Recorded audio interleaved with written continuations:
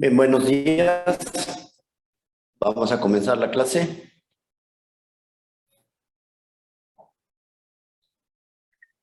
Buenos días. Buenos días. Buenos días. Bueno, la clase pasada vimos algunas cosas sobre las propiedades del agua, ¿no es cierto? Dijimos, por ejemplo, que el agua en forma sólida ocupa más volumen. Cuando se funde el hielo, se compacta y eso explica que la densidad del agua sea mayor que la densidad de hielo y entonces el hielo flote. Y ya vimos en una tabla todas las ventajas que representa para los seres vivos que el hielo flote y que no se hunda, ¿de acuerdo? Bueno, después vimos un poco de la estructura del agua. ¿Qué dijimos del agua? Ahí está un esquema. El relojito está marcando los relojitos de la derecha marcan un picosegundo. Un picosegundo es ¿cuánto?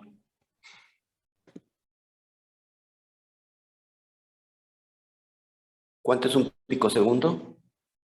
10 a la menos.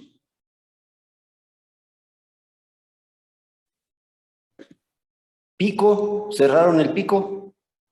¿Nadie sabe lo que es un picosegundo?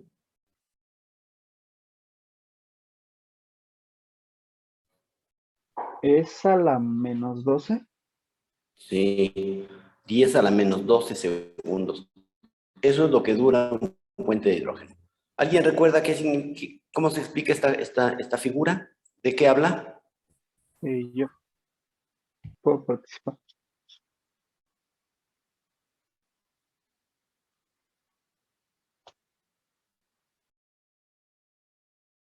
Sí, claro. ¿Ya te arrepentiste? No, es que estaba esperando. Pues en sí nos representan cómo se están formando y rompiendo los puentes de hidrógeno que se van formando entre las moléculas de agua y que permiten explicar lo que es la fluidez y la viscosidad de la misma. Ajá. Explican realmente, o se supone que deben explicar todas las propiedades. ¿Por qué un modelo de agua como este, como dices, explica que el agua no sea demasiado viscosa? No es que el agua es fluidísima, pero es mucho menos viscosa que como podríamos haber supuesto conociendo otras propiedades. ¿Por qué este modelo ayuda a entender por qué el agua no es demasiado viscosa?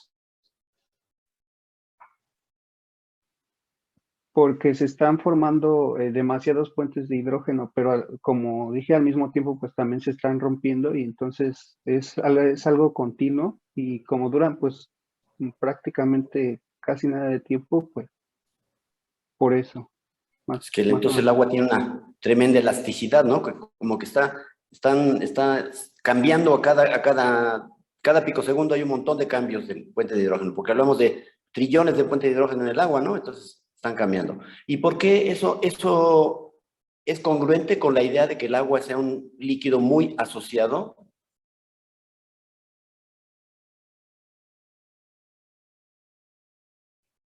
Suriel.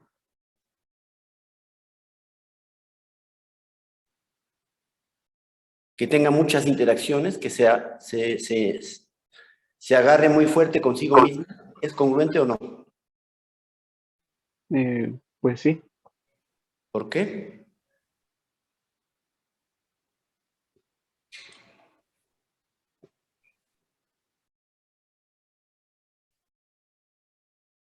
Es por la cantidad de interacciones, como dice, que son demasiadas y que están cambiando constantemente.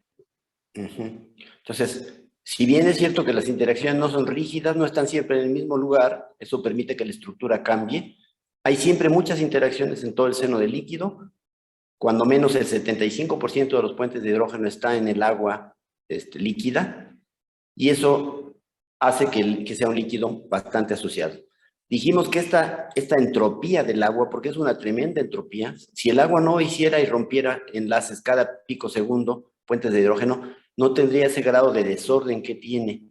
Y esa entropía es importantísima que se mantenga en el agua, es importantísimo, porque si se pierde esa entropía, el sistema termodinámicamente no funciona bien, es decir, tenemos que buscar el máximo de entropía y el agua lo busca todo el tiempo. Después vamos a ver qué implicaciones tiene esto.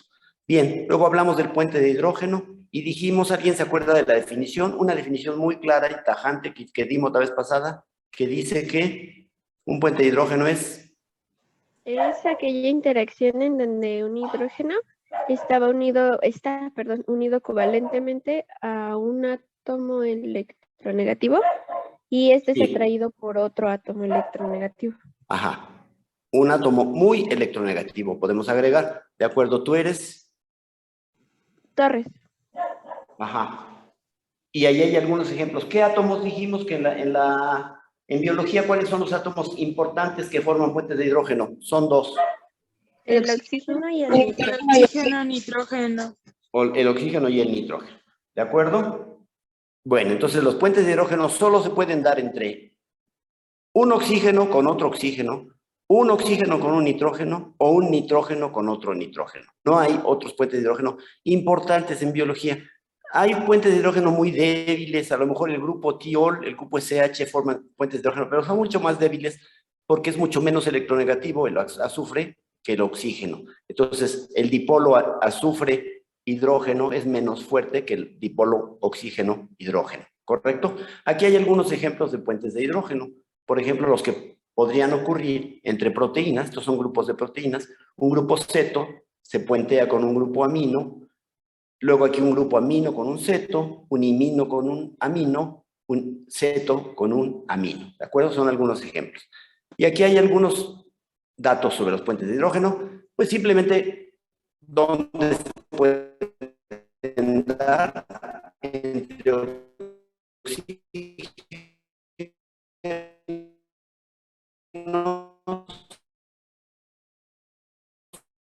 ya sean neutros o cargado un oxígeno y oxígeno cargado nitrógeno. En este caso he tomado la molestia de medir la fuerza de la longitud. Mientras más cortitos estén, se entiende que están más cercanos y son como más resistentes, ¿de acuerdo? El promedio es más o menos unos 3 angstroms aproximadamente.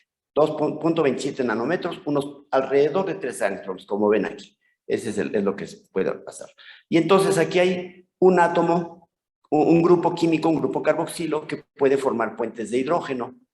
¿Cuántos puentes de hidrógeno puede, por ejemplo, vamos a ver el más fácil, ¿cuántos puentes de hidrógeno puede formar un grupo carbonilo? 2. ¿Por qué 2? Porque solamente tiene dos pares de electrones libres que pueden interactuar para formar esa interacción. Ajá, porque tiene 2 pares de electrones libres. A ver, mire, la participación suya la voy a anotar, pero como que tienen que decir un poquitín más, ¿no?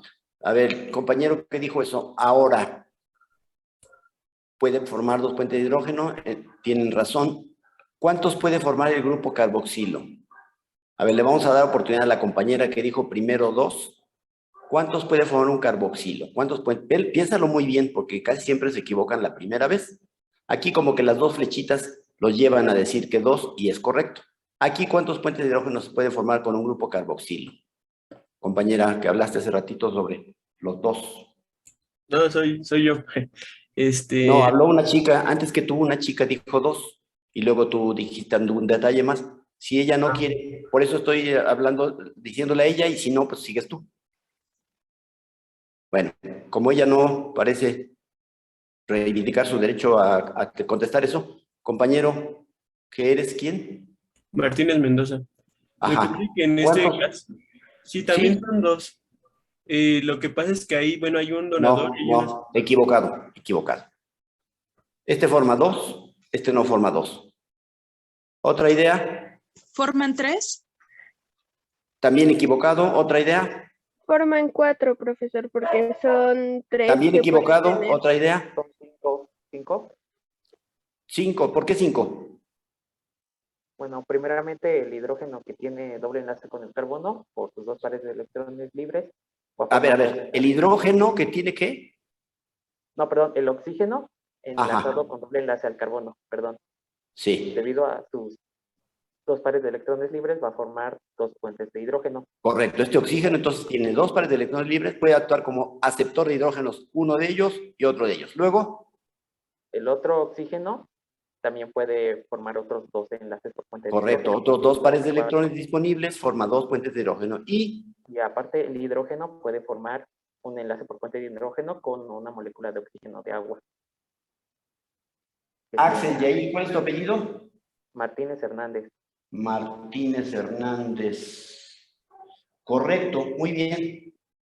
Muy bien, lo explicaste muy bien. Nada más hay que aclarar aquí. Se dice que los átomos electronegativos de los que estamos hablando, que en este caso son oxígenos y los del agua, ¿no? Por ejemplo, los átomos electronegativos como este actúan como aceptores de los hidrógenos, ¿verdad? Porque tienen pares de electrones, estos dos, este acepta 2 hidrógenos. Este oxígeno también acepta 2. Este oxígeno acepta 2, pero también viene un hidrógeno y entonces dona 1. Entonces, este hidrógeno es un... Aquí el grupo carboxilo actúa como donador para un puente de hidrógeno una vez y como aceptor 1, 2, 3, 4 veces. Total, 5 puentes de hidrógeno posibles. Muy bien, vamos a otros ejemplos, otros estudiantes. El alcohol, ¿cuántos puentes de hidrógeno puede formar? Y lo explican, por favor. ¿Cuántos? Son 3, ¿no? 3, ¿por qué? Porque el oxígeno tiene 2 pares de electrones libres y actúa como aceptor de puente de hidrógeno, y el hidrógeno actúa como donador de puente de hidrógeno. Muy bien, ¿quién eres tú? Mariana Morales. Correcto, Mariana. Entonces ya anoté a Mariana, pero no sé si fue, y a Suriel. Bien, ahora, Yo, profe. más o menos vamos a seguir con la misma tónica. Con la misma tónica vamos a seguir ¿perdón? Sí, ¿Quién faltaba yo. Martínez Mendoza. Martínez Mendoza. Ajá, ¿qué dijiste? Ya no me acuerdo. La primera parte de los puentes de hidrógeno del grupo carbonilo.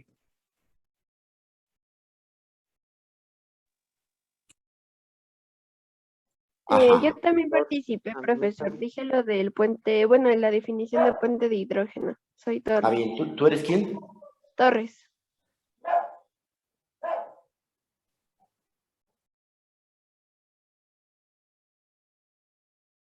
Ya te lo había anotado, ¿eh? Bueno, Profesor, yo también sí, participé y no me mencionó. no oigo. Yo también participé y no me mencionó. ¿Y Que qué dijiste? la cantidad de puentes de hidrógeno que tenía el grupo carboxilo. Que ¿Los podía 5? Sí, ¿Y cómo te apellidas? Martínez Hernández. Sí, ya te anoté. Es tu Perdón. primera participación, sí. Sí. Ya te había anotado. Gracias. Sí. Bueno, muy bien. Y aquí podemos seguir. Ya no voy a anotar por simplemente que digan a nadie en este concepto. Vamos a cambiar de concepto. Aquí son 2. Aquí son el que sea sin ganancia. 3. 3. 1 como aceptor de hidrógenos, este par de electrones. 2 como donador de hidrógenos. El alcohol, ya lo habíamos dicho, acá en este caso, acá. Esta mina secundaria, 2. 2, 1 como aceptor, 1 como donador. Una imina,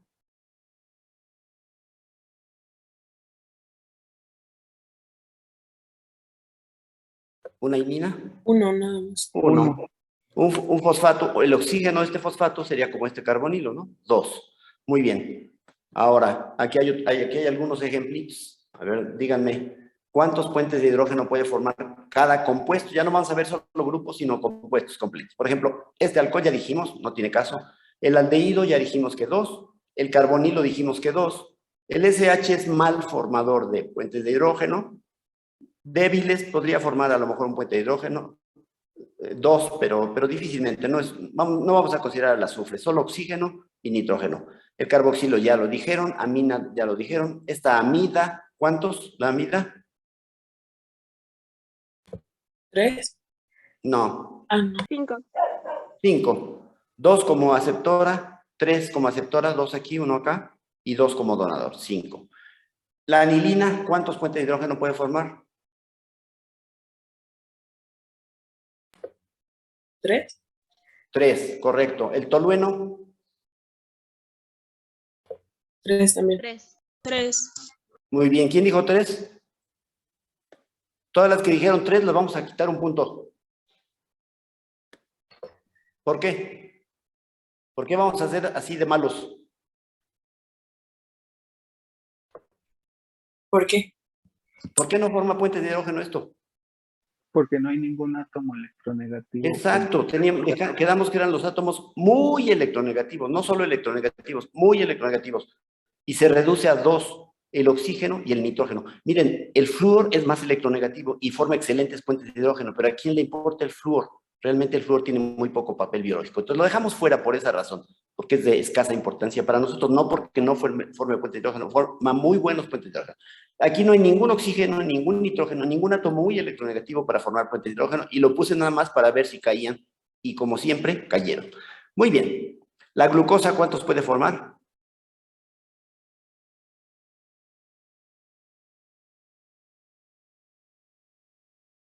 Están haciendo cálculos matemáticos complejos. ¿Cuántos? Supongo que por cada OH puede Cada formar. OH. ¿No? Exacto, cada OH da 3, perfecto. Sí. Son 3 aquí. ¿Serían 15? ¿Perdón? Serían 15 entonces. Pero también 3, faltan los También dos el de oxígeno oxígeno. del ceto. correcto. 3, 6, 9, 12, 15. Y el oxígeno, correcto. ¿Cuántos?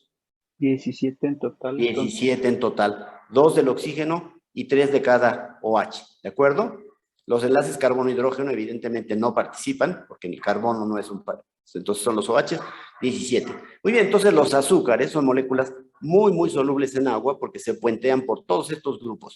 En la medida que un azúcar pierde estos grupos, ya no tiene OH disponibles, va a perder su capacidad para disolverse en agua. Por ejemplo, los polisacáridos empiezan a perder propiedades de solubilidad en agua porque empiezan a tener uniones entre sí y ya no tienen disponibles los OHs, tantos OHs para disolverse en agua. ¿De acuerdo? Ya lo veremos en su momento. Bien, muy bien. Ahora vamos a hablar de las propiedades disolventes del agua. ¿De acuerdo? El agua se conoce, se le denomina normalmente el disolvente universal, ¿de acuerdo?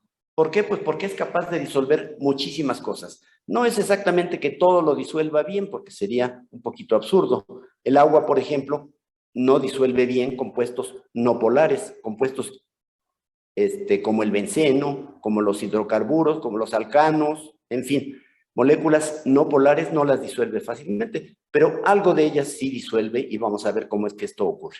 Entonces el agua disuelve 3 tipos de moléculas, tiene tres tipos de solutos distintos. Por ejemplo, el agua disuelve los iones.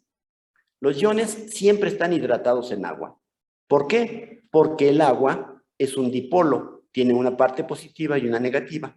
Y los iones, cualquiera que sea su carga, si es positiva, se va a orientar el agua con su oxígeno hacia los iones, o si es negativa la carga, un cloruro, por ejemplo, se va a orientar el agua con los hidrógenos hacia el cloruro, ¿de acuerdo? Entonces, cualquier ion de cualquier carga va a tender a solvatarse muy bien en el agua. Y la solvatación de iones es un factor que provoca, o es un hecho que provoca una disminución importante de entalpía. Y recordarán ustedes que cuando un fenómeno es termodinámicamente espontáneo es porque tiene preferentemente una disminución de entalpía y un incremento de entropía, ¿de acuerdo? Entonces, la solvatación de iones ocurre con descenso de la entalpía y eso entonces es favorable termodinámicamente y es por eso que los iones se solvatan muy bien. El agua disuelve también sustancias polares. ¿Cómo las disuelve? Pues ya prácticamente lo vimos, usando puentes de hidrógeno. Es decir, las sustancias polares tienen grupos OH, aminos, SH, etcétera, aunque los SH no sean tan buenos formadores de puente de hidrógeno. En fin, las sustancias polares, pues, son disueltas por el agua con facilidad a través de puentes de hidrógeno. ¿De acuerdo? El agua también disuelve, pero en mucho menor grado, sustancias no polares. Y cuando hace esto, va a dar lugar a una cosa que se conoce como el enlace hidrofóbico, que es de tremenda importancia en biología, ¿de acuerdo? Estos enlaces hidrofóbicos ahorita los vamos a explicar y van a ver ustedes que son muy importantes para determinar, por ejemplo, la forma que adoptan las moléculas en el espacio. Bueno, muy bien. Ya vi que alguien no contestó porque no se oía su micrófono, lo siento mucho. Traten de componer eso. Bien, vamos a lo siguiente. ¿Cómo es que el agua disuelve iones con sustancias polares y sustancias no polares y en qué proporción, ¿de acuerdo?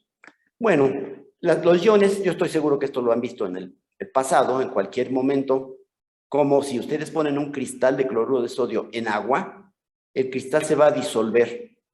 ¿Y qué va a pasar con los iones? Los iones sodio se van a forrar o rodear de moléculas de agua a través de la parte negativa del dipolo agua, que va a tener una interacción, entonces, una interacción, ¿cómo la llamaríamos esta interacción? Es una interacción que llamaríamos...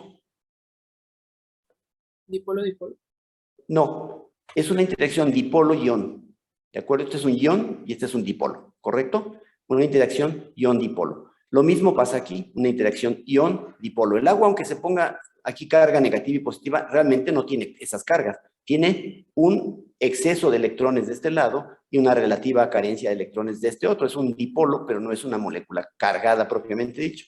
Entonces, los iones negativos se saturan con moléculas de agua alrededor por interacciones ion-dipolo con la parte positiva del dipolo agua y los positivos con la parte negativa del dipolo agua. ¿Correcto? Seguramente esto ya lo habían escuchado.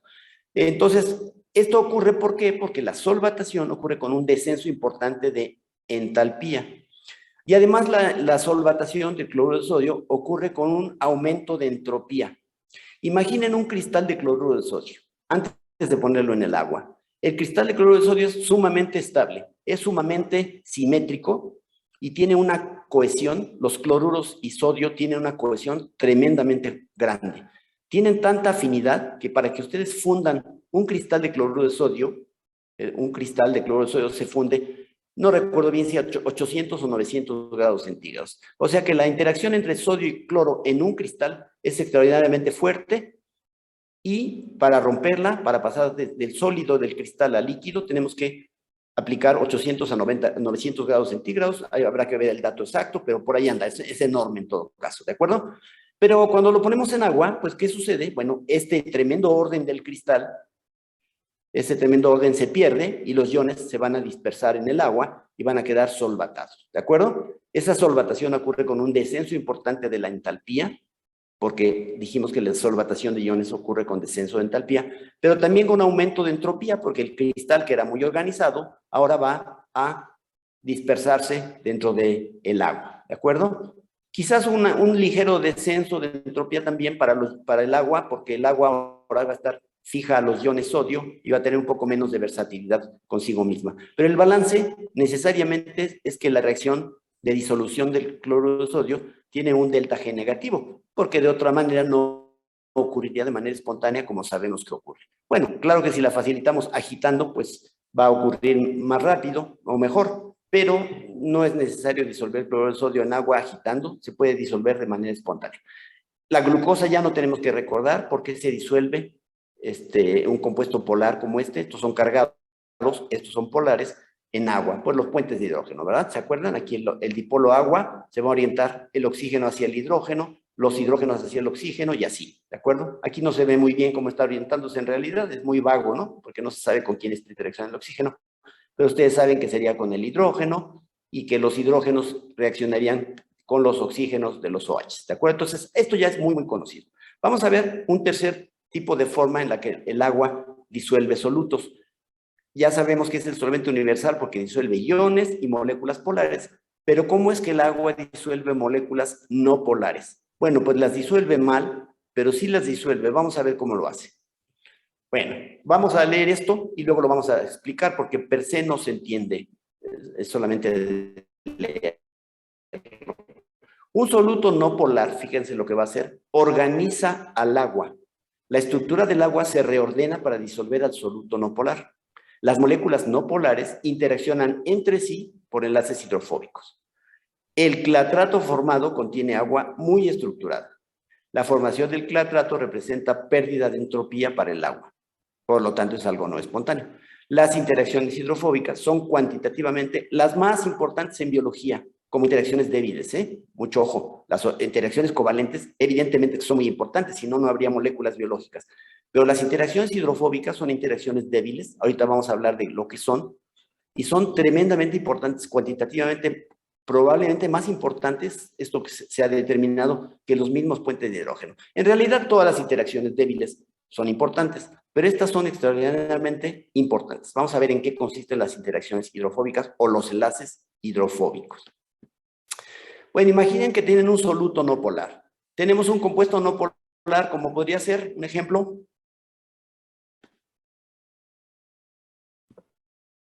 Un alcano. ¿Cuál? Un ¿Un alcano. alcano? Podría ser un alcano. Sí, podría ser metano, podría ser un dodecano, etcétera. Un alcano, podría ser también un aromático, un benceno, podría ser tetracloruro de carbono, que también es no polar, etcétera.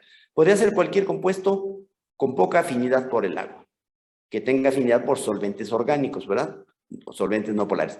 ¿Qué pasa cuando metemos un compuesto no polar en agua? A ver, imaginen, hagan de cuenta que tiene una gotita, como dijeron alcano, vamos a imaginar que tenemos una gotita de gasolina.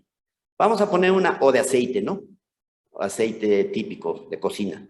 Ponemos una gotita de aceite en la superficie del agua. ¿Qué va a pasar con la gotita de aceite?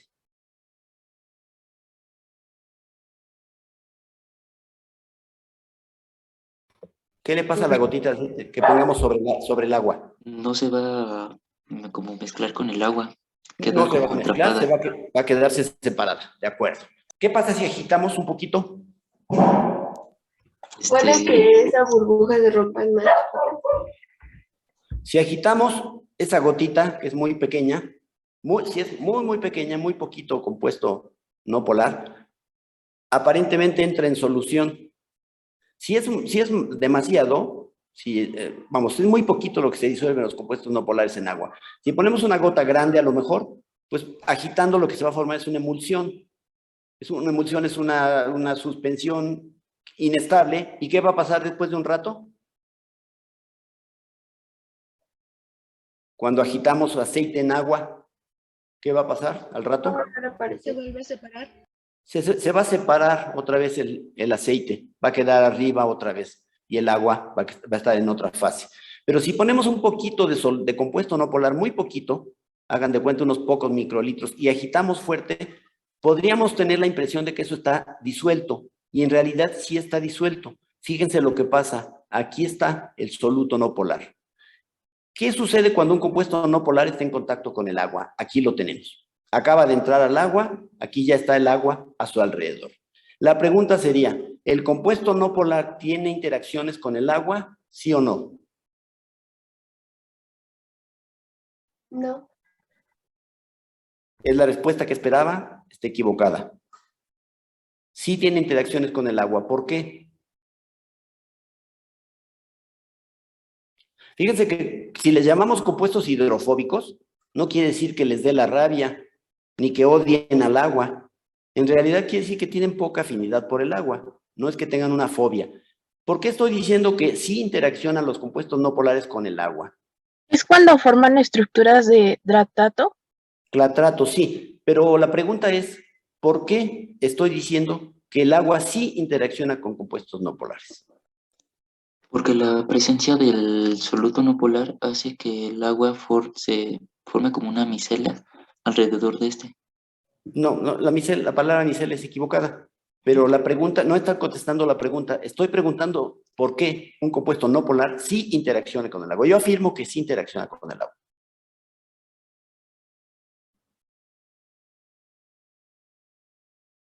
¿Qué tipo de interacciones puede establecer un compuesto no polar? Pensemos en el metano o en el benceno con el agua. ¿De repulsión? Esas no son interacciones, eso es repulsión. ¿Y por qué va a repeler el agua al benceno? O a los compuestos no polares, ¿por qué los repele?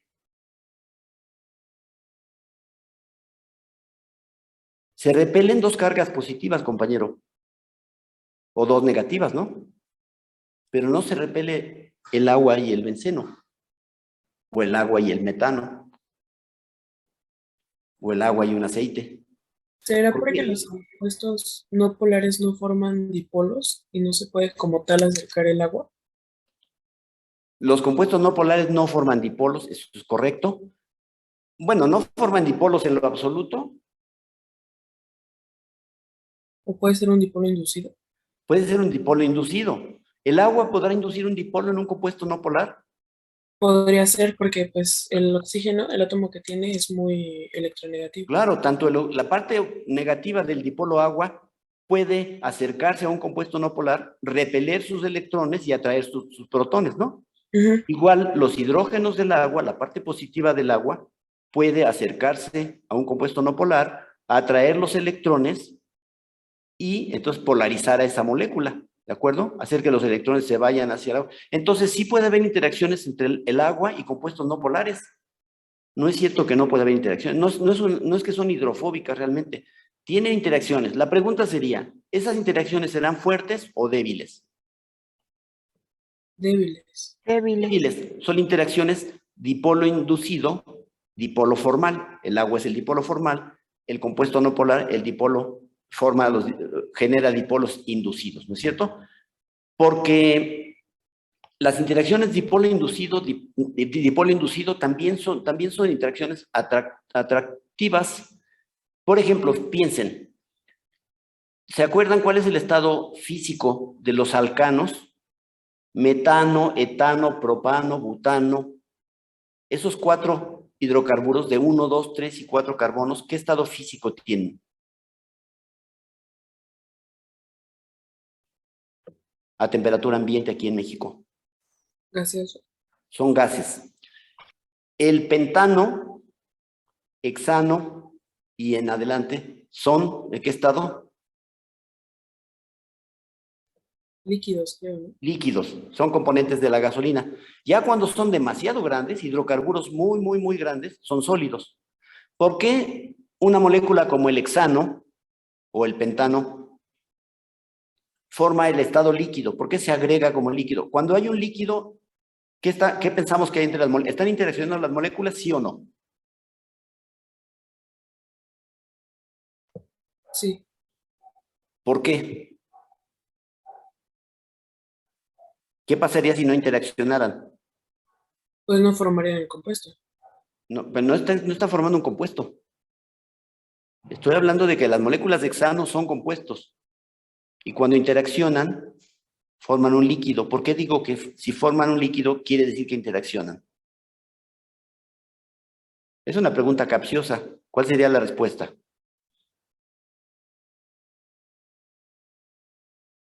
Si no interaccionaran, ¿cuál sería su estado físico? Porque si no estuvieran interaccionando, ¿serían como gases? Claro, todas las moléculas que no interaccionaran en lo más mínimo con sus congéneres serían gaseosas. El metano, el etano, el propano, el butano, esos hidrocarburos son muy chiquitos. Sí tienen interacciones, por supuesto, pero a temperatura ambiente se rompen y entonces están en estado gaseoso. Por supuesto que nosotros podemos licuar al butano. De hecho, ustedes en su casa, a lo mejor muchos de ustedes, reciben gas butano o usan el estufa gas butano que está licuado porque está a presión, ¿no? Entonces está como líquido, aunque no lo veamos. Y ya cuando sale por las hornillas, pues ya se descomprimió y sale como gas, ¿de acuerdo? Pero entonces, los compuestos no polares también interaccionan con ellos mismos. Dependiendo del peso molecular, esto es estrictamente proporcional. A más grande peso molecular, hay mayor número de grupos y por lo tanto mayor número de interacciones y se tiende a formar el estado líquido o en un extremo, cuando son cadenas muy largas, hasta el estado sólido se pueden formar cristales. Entonces, si los hidrocarburos interaccionan con ellos mismos, ¿qué interacciones establecerán los hidrocarburos con ellos mismos? ¿Qué tipo de interacción hará que se junten para formar un líquido, por ejemplo?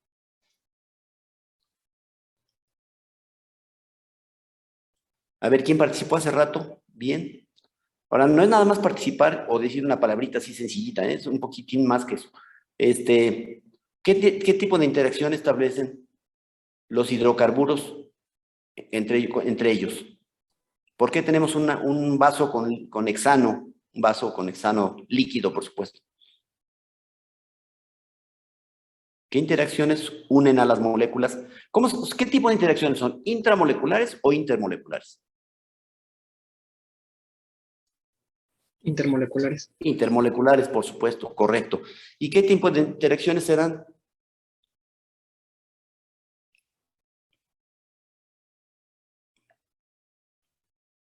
Ya mencionamos hace ratito unas. De hecho, acabamos de decirlas, una compañera dijo eso. Fuentes de hidrógeno. Muy bien. Te vamos a regresar a que repases las diapositivas. Ya se las mandé, ¿verdad o no? Estas no se las he mandado. ¿Qué No. dijimos que se necesitaba para que se formaran puentes de hidrógeno, compañera, que contestó eso?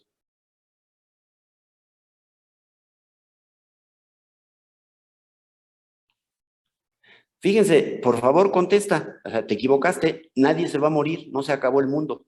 Solamente vas a regresarte entre tus pasos y vas a retractarte de lo que dijiste, pero por las razones que tú misma nos vas a dar. ¿Por qué no acepté que se unen por puente de hidrógeno? ¿Cuál fue mi pregunta? A lo mejor ese es el problema, a veces se distraen y no escucharon la pregunta. ¿Qué pregunté? A ver, eso no le voy a dar ningún punto al que diga qué pregunté, pero nos va a servir mucho a todos. Preguntó que qué tipo de interacciones tienen las moléculas no polares. Para formar, por ejemplo, un líquido, ¿verdad? Porque evidentemente sí están interaccionando, porque si no estarían separadas y serían gases. Muy bien, ¿qué interacciones se establecen entre compuestos no polares? Ahora sí, compañera, que dijiste puente de hidrógeno. Son ¿Por qué estás equivocada? porque son inter. Y las que dije son intra. No, estás otra vez equivocada. ¿Por qué dijiste puentes de hidrógeno? ¿Dónde se forman los puentes de hidrógeno? ¿Entre qué átomos? Entre oxígeno, nitrógeno y Entre oxígeno. átomos muy electronegativos, en biología importantes, oxígeno y nitrógeno. Un hidrocarburo tiene oxígenos.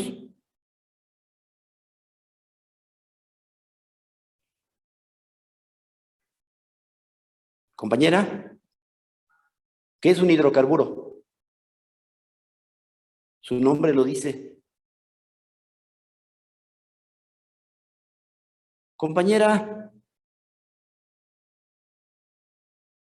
es que si ustedes tardan todo ese tiempo o no contestan, cuando está uno dirigiendo personalmente, pues contesten por favor, porque la dinámica de la clase se atora, no avanzamos.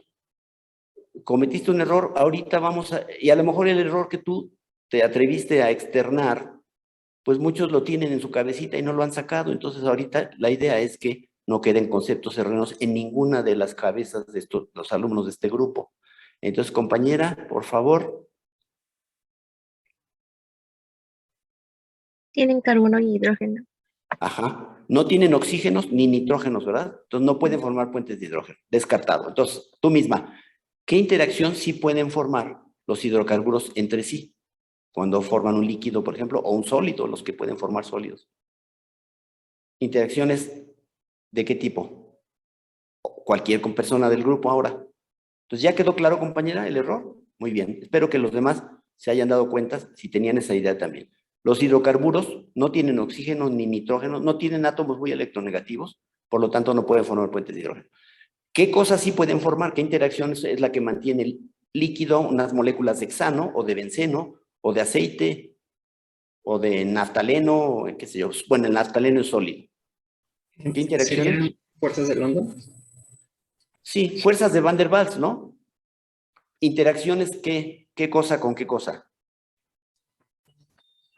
Entre dipolos inducidos. Exacto, dipolo inducido, dipolo inducido. Exactamente. Interacciones dipolo inducido, dipolo inducido. ¿De acuerdo? Entonces, por eso se mantienen en estado líquido algunos hidrocarburos. Eso es importante que lo distingamos. Entonces, los hidrocarburos, cuando interaccionan consigo mismos, lo hacen a través de interacciones dipolo inducido, dipolo inducido. Cuando interaccionan con el agua, sí interaccionan, no es cierto que no interaccionan mediante dipolo formal, que es el agua, dipolo inducido, que generan o que provocan en el compuesto orgánico. Esas son interacciones, todas ellas son débiles. Los dipolos inducidos o dipolo formal, dipolo inducido, son interacciones que siguen siendo débiles. Y entonces tienen razón cuando dijeron que el agua se organiza alrededor de un compuesto no polar, formando esto que se llama clatratos. ¿Y por qué lo hace? Ahorita vamos a ver por qué lo hace. ¿Por qué es que creen que el agua se organiza alrededor de los clatratos? Vamos a ver cómo lo hace. Aquí está. Este es un clatrato. Es la figura que se propone para un clatrato de metano. Esto es metano. Está metido en el seno del agua. Esta es otra estructura del agua que tiene pentágonos, ¿se dan cuenta? ¿Sí? Caras pentagonales. Pero hay muchas estructuras del agua. No hagan mucho caso de eso. Aquí hay una molécula de metano dentro de una especie de cascarón, una especie de jaula que está rodeándola. ¿Por qué las moléculas de agua forman una especie de jaula alrededor de las moléculas no polares? ¿Por qué razón creen? Fíjense, les puedo decir que las moléculas de agua que están alrededor de este metano se unen más fuertemente que como se unirían entre sí las moléculas de agua en el seno del líquido donde no haya metano. Ajá. Entonces forman esto que se conoce como clatratos. Esto viene del griego y clatros quiere decir jaula. Entonces los clatratos son pues como jaulas alrededor de compuestos no polares. Ajá, esta sería otra imagen que está muy difusa, pero bueno. ¿Por qué creen que el agua se organiza alrededor de compuestos no polares y se organiza de manera muy fuerte? Tiene interacciones muy fuertes entre sí. ¿Por qué? Debido a la disminución de la entropía. Debido a la disminución de la entropía, no, al revés. Cuando se organiza alrededor del metano, eso representa una disminución de entropía. Y además los fenómenos naturales no van hacia la disminución de entropía, sino al revés. O sea que esto no es un fenómeno espontáneo. ¿Por qué digo que no es espontáneo? Yo puedo poner metano en el agua así como si nada. ¿Un aceite lo puedo meter al agua como si nada, sí o no? No. ¿Cómo lo meto al agua? ¿Cómo meto una gotita de aceite al agua? Con mucho cuidado. Meto la mano y con la gotita de aceite la meto en el agua. ¿Cómo lo meto? ¿Por la pared del recipiente? No, tampoco. Bueno, pero ¿cómo la meto? A ver, si pongo una gotita en la superficie, se queda allí, ya lo dijeron hace rato, muy bien. ¿Cómo le hago para que esa gotita, una pequeñísima gota, entre al agua y hasta me dé la impresión de como que se disolvió por un rato, cuando menos? ¿Cómo hago para que Bueno, entre? sería como agitándola, sería Claro como que tengo que rompiendo la agitar. tensión superficial. Bueno, entre otras cosas, agitando. ¿Y por qué tengo que agitar? Cuando agito, ¿qué estoy haciendo? ¿Qué estoy suministrando? Energía. Energía. ¿Y por qué tengo que suministrar energía para que ocurra esto? Porque las moléculas de metano, cuando entran en el agua, y las moléculas de cualquier compuesto no polar, cuando entran al seno del líquido agua, van a forrarse de moléculas de agua que van a rigidizarse, que se van a formar como una coraza. ¿Y eso es termodinámicamente espontáneo? ¿Ustedes creen que sí o que no? Y díganme por qué, y vamos a anotar a la persona que diga esto. Acuérdense que no vamos a anotar por cualquier cosa, pero a ver, alguien que conteste, ¿por qué cuando ponemos un compuesto no polar en agua, se va, para hacerlo, primero que nada, ya dijeron hace rato, tenemos que suministrar energía, esto es agitar. Ya que suministramos, no es solamente para romper la tensión superficial, sino para meterlo en solución. ¿Por qué tenemos que agitar? Porque estamos haciendo un fenómeno que es no espontáneo. Los fenómenos no espontáneos les suministramos energía. Ya la suministramos y ya tenemos esta situación. Esta situación va a ser inestable. ¿Por qué? Porque las moléculas de agua están rígidas alrededor del metano. ¿Por qué eso representa una disminución de entropía? Porque se está consumiendo energía. Ya lo hicimos, ya dimos la energía. Esta Porque situación ya está. cuando se forman los clatratos, el agua se organiza y por eso pierde entropía. Ajá, cuando algo está organizado, ya sabemos que pierde entropía.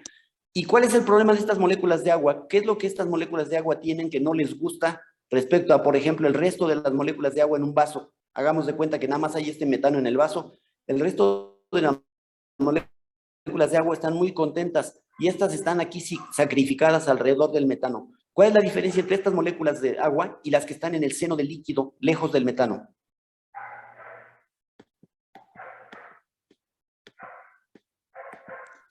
Las que están en el seno del líquido tienen mayores grados de libertad. Exacto, las que están en el seno del líquido tienen estos grados de libertad. Están formando y rompiendo puentes de hidrógeno con mucha celeridad. Tienen gran entropía, gran desorden. Las que están alrededor del compuesto no polar están rígidas. ¿Por qué están rígidas?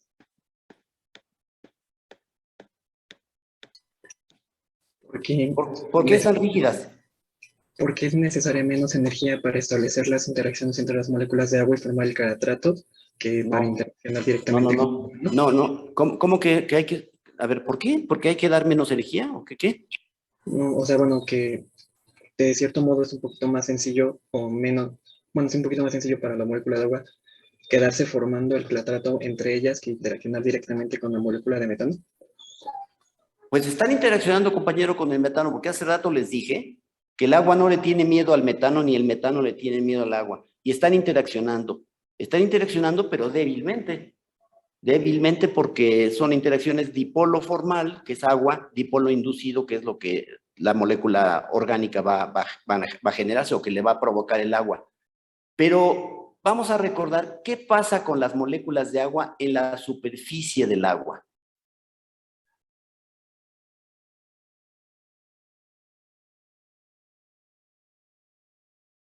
La famosa tensión superficial. ¿Qué sucede con esas moléculas en la superficie del agua? Que estaba aquí el esquema.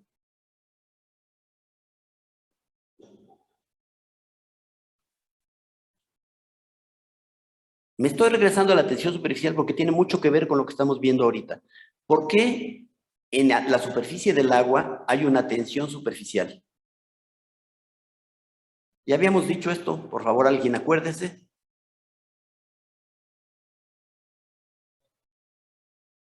¿Y por qué son más rígidas? Están agarradas más fuerte, ¿verdad? Por eso forman una especie de membrana. ¿Por qué?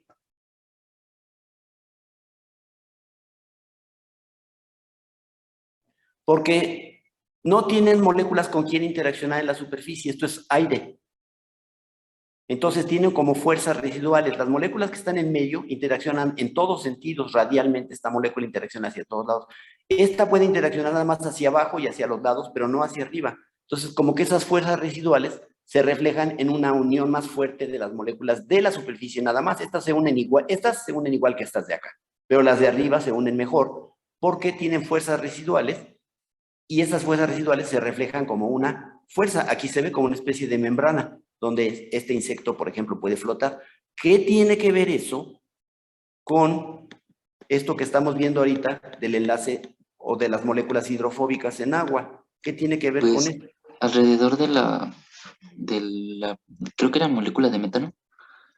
Sí, el compuesto no polar en general, puedes decir Pues las metano, benceno. moléculas que están más cerca de esa molécula, pues tienen menos moléculas con las que interaccionar, por eso se forma una especie de tensión superficial, pero alrededor de la molécula no polar, Sí, por eso están más rígidas.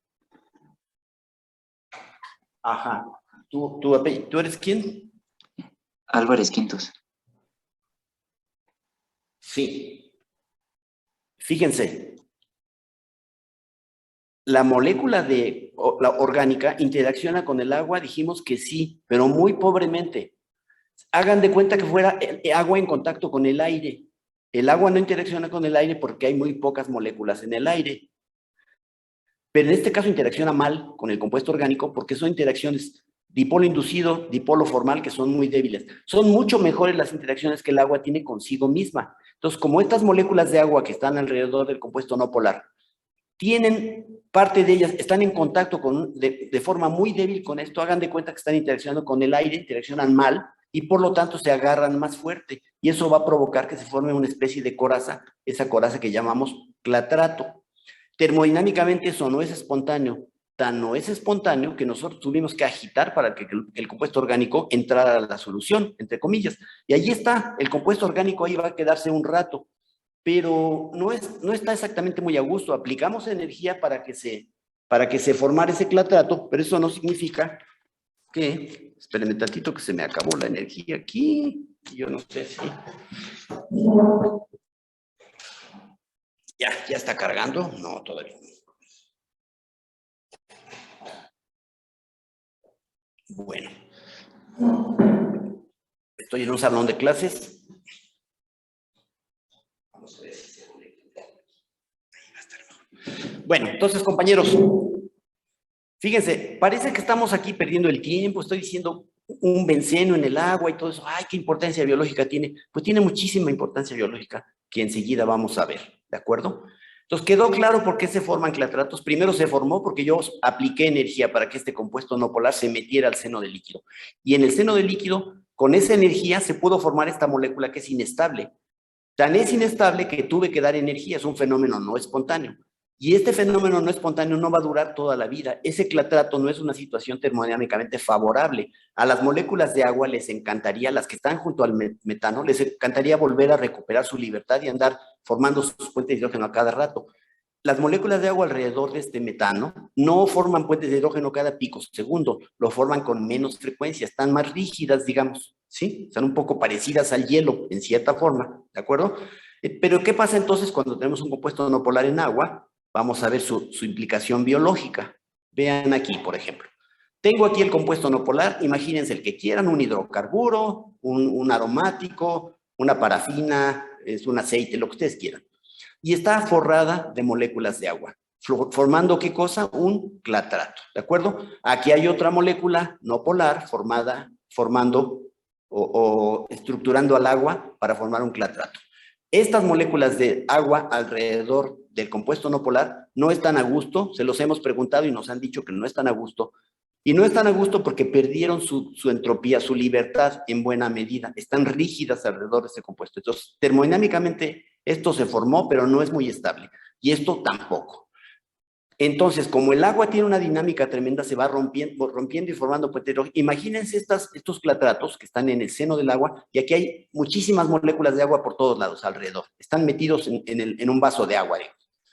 ¿Qué sucede? Pues que el agua tiene una dinámica tal que va rompiendo y formando puentes de hidrógeno y va a acercar a estas moléculas. Eso es simplemente por la movilidad del agua. ¿Y qué pasa cuando las moléculas se acercan? ¿Qué va a suceder? Que se van a juntar. ¿Y qué va a pasar con el agua que está alrededor de estas moléculas? ¿Cuántas moléculas de agua había alrededor de esta? 4, 8, 10, 12, 13, 14, 15, como 18. ¿De acuerdo? 18 y otras 18 acá. ¿Cuántas moléculas de agua hay aquí?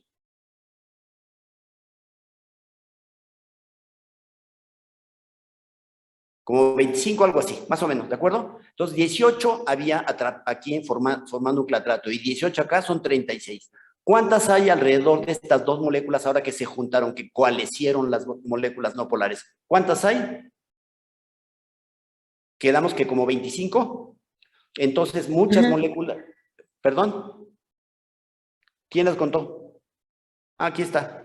38 contra 23. Aquí hay 38 si sumamos. Bueno, aquí no me acordaba que ahí está la suma. Aquí hay 38 moléculas de agua que están sacrificadas, que están perdiendo su entropía, formando clatratos. Cuando las dos moléculas no polares se juntan en el seno del agua, se van a liberar varias moléculas de agua, porque estas dos moléculas juntas forman un gran clatrato que ocupa menos moléculas de agua, que sacrifica menos moléculas de agua. Aquí está el dato, 38 en este caso están sacrificadas, 23 en este otro. Entonces, esto es mucho más estable que esto otro. ¿De acuerdo? ¿Qué es lo más importante de todo esto? Lo más importante es que estas dos moléculas no polares interaccionaron entre sí y ahora van a estar unidas muy fuertemente. Se van a unir muy fuertemente a través de qué tipo de interacciones pueden establecer estas dos. Dipolo inducido. Dipolo inducido. Dipolo inducido, dipolo inducido, correcto. Sí, muy bien. Y esto se llama enlace hidrofóbico. Créanme que estas dos moléculas no polares, aquí en el agua, se unen más fuerte que como se unirían si estuvieran en un líquido puro, de este compuesto nada más. Se unen todavía un poco más fuerte dentro del agua que como se unen cuando están en el puro líquido, por ejemplo, benceno. Dos moléculas de benceno metidas en el agua van a interaccionar por enlace que llamamos hidrofóbico, este se llama enlace hidrofóbico, más fuerte que como interaccionarían en el seno del líquido benceno. ¿De acuerdo? Entonces, este es el enlace hidrofóbico. Es un enlace importante. ¿Cómo se van a doblar las moléculas biológicas en el agua? Aquí hay un clatrato real, un clatrato de este compuesto que se llama fluoruro de terbutilsulfonio. Aquí están dos moléculas de fluoruro de terbutilsulfonio interaccionando por un enlace hidrofóbico. Vean cómo están las moléculas de agua rigidizadas alrededor de estas dos moléculas, ¿de acuerdo? Esto es tan cierto, compañeros, que hasta físicamente se puede demostrar. Fíjense, a ver si alguien puede interpretar esto correctamente. Si yo tengo estas moléculas de fluoruro de terbutilsulfonio, ¿qué característica tiene este compuesto? Pues tiene la característica de que es un compuesto orgánico, bastante apolar, pero al mismo tiempo es una molécula que en el centro de la molécula apolar de la molécula hidrofóbica tiene una carga, es un sulfonio, ¿no? Entonces, esta molécula en el seno del líquido, como está rodeada de una serie de grupos hidrofóbicos, pero tiene una carga, tiende a estructurar el agua como cualquier compuesto no polar estructura el agua. Pero la ventaja es que esta molécula genera clatratos muy estables. Y fíjense cómo es con qué experimento se demostró esto. A ver, se los voy a describir y a ver si alguno saca la conclusión de qué es lo que pasó. Fíjense, tenemos un vaso con agua y ponemos un poquito de fluoruro de terbutil sulfonio. Está claro que tenemos que agitar necesariamente si queremos que el fluoruro de terbutil sulfonio entre a la solución y forme estos clatratos. Agitamos. Bueno, ya lo agitamos, es una pequeña cantidad, se mantienen clatratos estables. Esto tiene hasta el aspecto de ser agua pura, no está pura, tiene este compuesto metido, pero en pequeñas cantidades, ¿de acuerdo?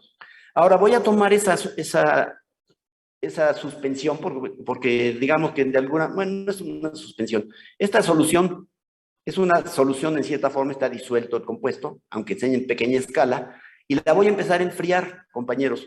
Voy a empezar a bajar la temperatura. Todo esto lo hice a 25 grados, pero voy a empezar a enfriar. ¿Y saben qué sucede? Voy a enfriar esta solución de este compuesto en agua y al enfriar se tendría que congelar. ¿A qué temperatura se tendría que congelar el agua?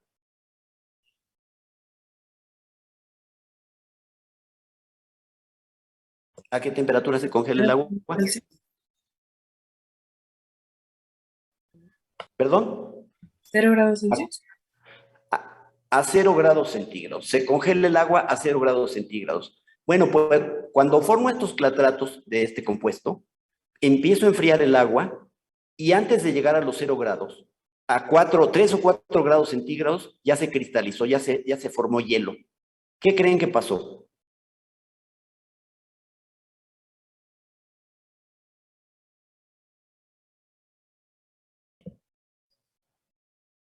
Pues tal vez el tipo de interacciones que estableció con el compuesto que se le agregó hizo que se congelara pues un poquito más rápido. No llegó hasta el 0. ¿Por qué se congeló más rápido? Porque al no ver tanta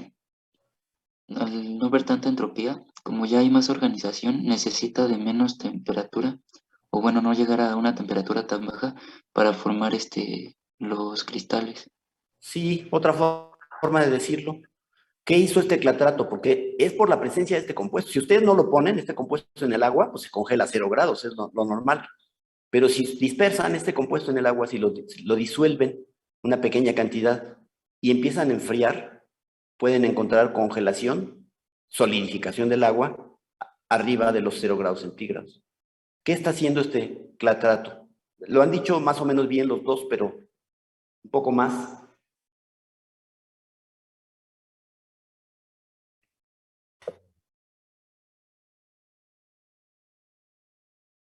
Este ordenamiento alrededor de esta molécula está provocando un reordenamiento del agua alrededor que está como nucleando el agua. Está ayudando a que se formen núcleos y líquido del congelador. Y estaba líquido, lo mueven tantito y se cristaliza, se solidifica. ¿Nunca les ha pasado eso? Bueno, pues ahí se supone que la agitación o cualquier cosa genera un pequeño núcleo de hielo y alrededor de ese núcleo de hielo se van a nuclear todas las demás moléculas. Es un poco lo que está haciendo. Esto se toma como una evidencia de que realmente las moléculas de agua están muy rígidas en esta estructura, tanto así que permiten la nucleación del agua y se pasa al estado sólido, al ordenamiento del agua, mucho más fácil sin tener que descender hasta 0 grados centígrados. Cuando menos eso dicen los físicos, que es una evidencia de que están formándose los clatratos, ¿de acuerdo? Los físico-químicos. Muy bien, pues ¿qué importancia tiene esto? Pues vamos a ver que tiene mucha importancia biológica, especialmente esto que acabamos de descubrir, que se llama el enlace hidrofóbico, ¿de acuerdo? Bueno, entonces ya hemos visto que hay 3 tipos de solutos en el agua, 3 tipos de formas, 3 formas de disolver compuestos, que son compuestos de qué tipo primero.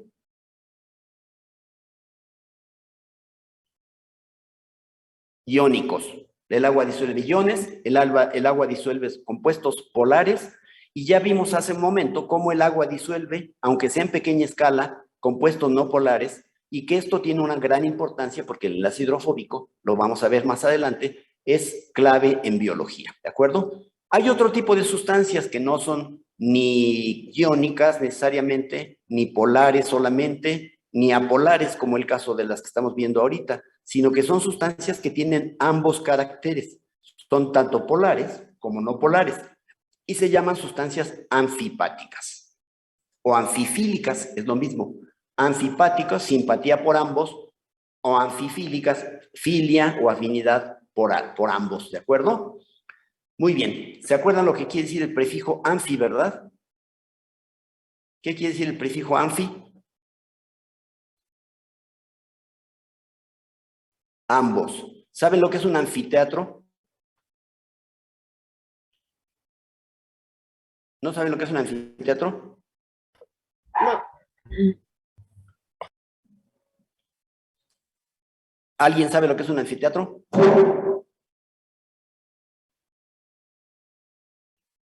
No.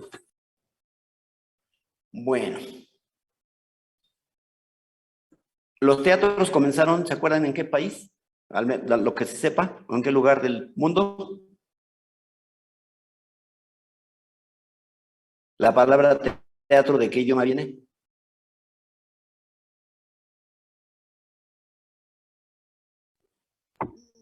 Yo no sé. ¿Perdón? Que en lo particular no sé. Ya.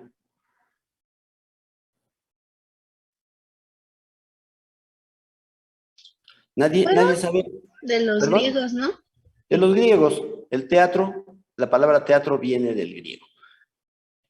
En Grecia se empezaron a hacer los teatros, lo que se hacía para económicamente y todo esto, y para que fueran fáciles de fabricar. Junto a una montaña se escarbaba y se ponían como losas de piedra, y ahí se sentaba la gente, una tribuna. Eso se llamaba un teatro. Después, ya con el paso del tiempo, los romanos, especialmente los romanos, además de eso que formaban a nivel casi del piso, o sea, las gradas estaban un poquito arriba nada más de la gente, podían poner un piso encima, edificar un piso encima. Entonces, tener dos pisos, tener gradería tanto a nivel del suelo como después de un piso construido sobre otro piso, ¿de acuerdo? Entonces, eso es un anfiteatro, quiere decir ambos teatros, el teatro de arriba y el teatro de abajo. Anfi, entonces, quiere decir ambos. Entonces,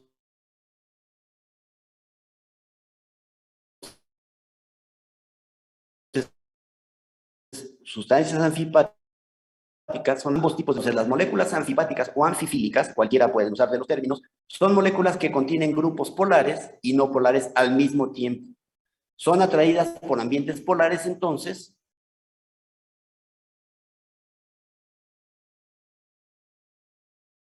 y por ambientes no polares.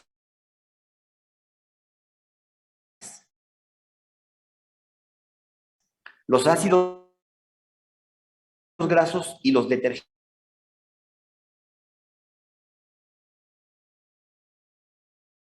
son ejemplos de moléculas anfifílicas o anfipáticas. Aquí hay un caso.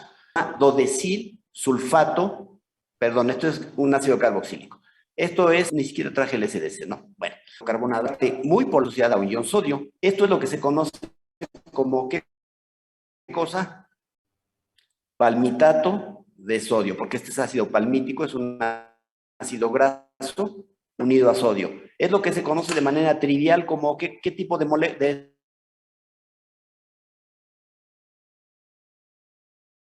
sustancias.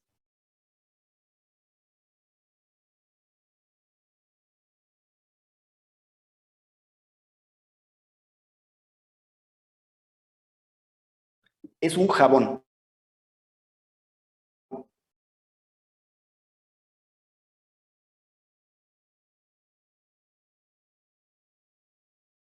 Es un jabón. La sal sódica de un ácido graso tiene una cabeza por el sodio. Fíjense lo que hace.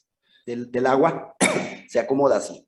Alguien que se anime a explicar por qué el jabón, no se les olvide que hay una parte polar aquí, la cabeza polar y una cola no polar. Cuando la pongo sobre la superficie, pongo este palmitato de sodio. Sobre la superficie del agua se acomoda así. ¿Alguien quiere especular de por qué se acomoda así?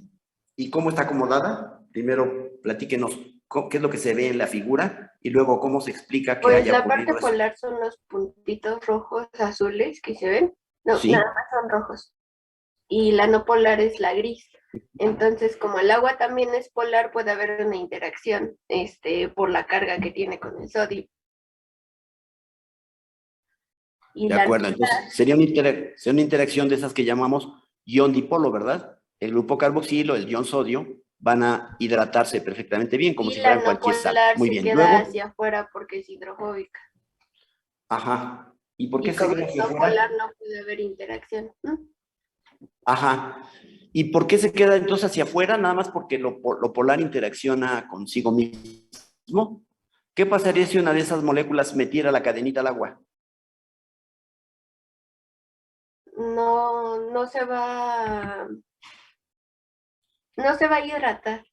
¿Por qué no mete una de esas moléculas su colita al agua? Porque no hay interacciones entre ellas. No. Si hay interacciones, ya dijimos que sí. ¿Por qué una colita no se mete para acá? Porque todas se quedan de este lado. Porque fíjense, ustedes podrían imaginar, por ejemplo, que esta molécula de aquí siga interaccionando con el agua y la cola se mete. Si la cola se mete, la cabeza puede seguirse solvatando en el agua. ¿Por qué no se mete la cola? Porque eso haría que se gaste más energía. ¿Por qué? Eso haría que se gaste más energía. ¿Por qué? Porque el agua tiene que empezar a, pues, formar como la figurita que nos había mostrado. O sea, tiene alrededor de esa parte no polar, exacto, tiene que empezar como a solvatarla. Tiene que Entonces formarse eso va a ser clatratos. Si clatratos. la cabeza no polar se mete en el agua, se van a formar clatratos. Y dijimos que los clatratos no son algo termodinámicamente espontáneo, porque el agua pierde sus grados de libertad. Dijimos que los podemos formar si agitamos. De hecho, si agitamos un detergente en el agua, pero ahorita todavía no hemos agitado, apenas lo pusimos en la superficie. Entonces, es correcto. ¿Cuál es tu nombre, compañera? Compañera, la última. Morales. Mariana Morales, llámalo tú, por favor. Morales, sí, ya estás anotada. Efectivamente, si una de estas moléculas metiera su cola hidrofóbica, se formaría un clatrato y eso le quitaría grados de libertad al agua. Y eso no ocurre, por eso es que está así, se colocan así. Pero esto es porque coloqué una gotita de detergente en la superficie, pero si agito fuertemente, ¿qué va a pasar? Entonces sí se van a meter en el agua y se van a formar los famosos clatratos que vimos aquí. Pero también puede pasar otra cosa, si la concentración es suficientemente alta de esas moléculas, si pongo muchas moléculas y agito, se van a formar estas que se llaman micelas. ¿Cómo está hecha una micela? ¿Quién quiere describirla? Aquí está, mucho ojo. Esta micela está mostrada de forma cortada para que la vean. En realidad es una esfera donde todo lo que está al exterior son los circulitos azul claro y azul oscuro, ¿de acuerdo? Estamos cortándola solo para que la vean. Es una esfera. Toda la superficie es azul clara y oscura. Y el interior es las colas hidrocarbonadas. ¿Por qué se forma esta micela?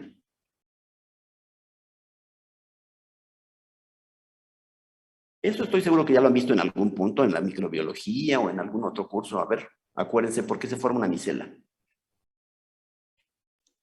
Para transporte. Esa respuesta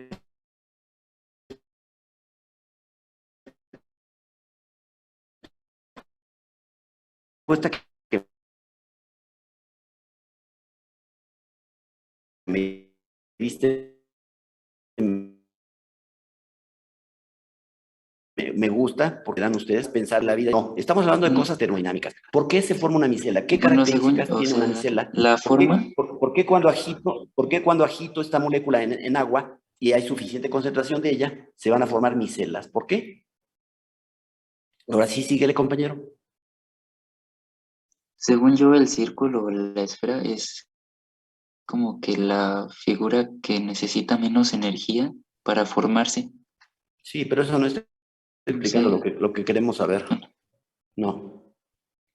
De lo que hemos hablado, hemos estado hablando de eso todo el tiempo. Todo lo que hemos dicho hace ratito, resúmelo en por qué se forma una micela. Aquí la compañera explicó muy bien hace ratito por qué las partes polares se quedaban aquí, también por qué no se metía la cola hidrocarbonada, por qué se forman estas micelas cuando hay suficiente de este compuesto, un detergente, se forman estas estructuras. ¿Se acuerdan que esas estructuras sirven para quitar la mugre, ¿no? Y proteínas, todo esto, porque agitamos la mugre con un detergente y aquí en medio se vienen las moléculas no polares de grasa y cosas por el estilo. Entonces sería para evitar la formación de clatratos.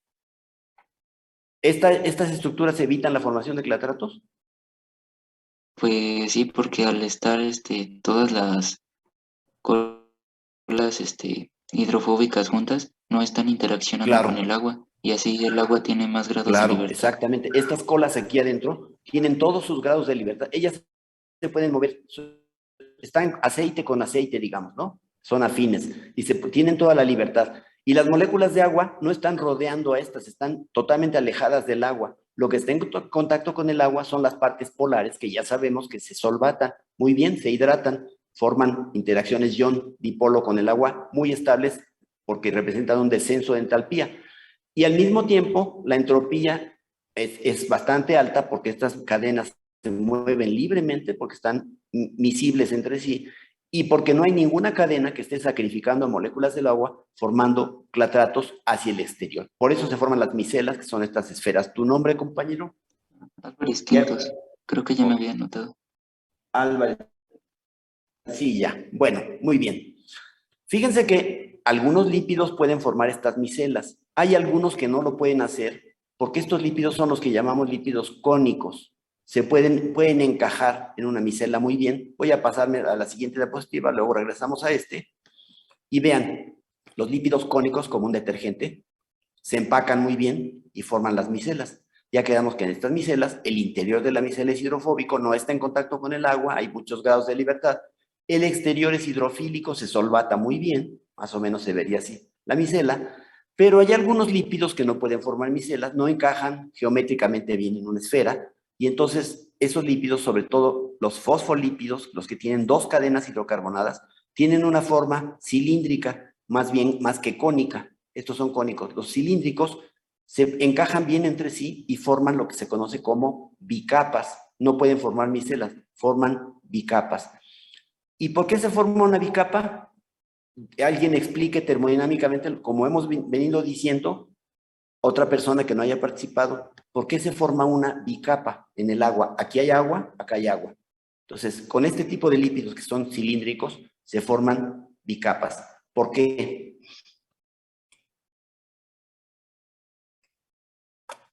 ¿Qué características tiene la bicapa? Aquí hay una bicapa. Termodinámicamente, ¿por qué es conveniente que se forme una bicapa? ¿Por qué se forma una bicapa? Acuérdense que no es porque las moléculas digan, yo debo de formar una bicapa. Mi misión en el mundo es ser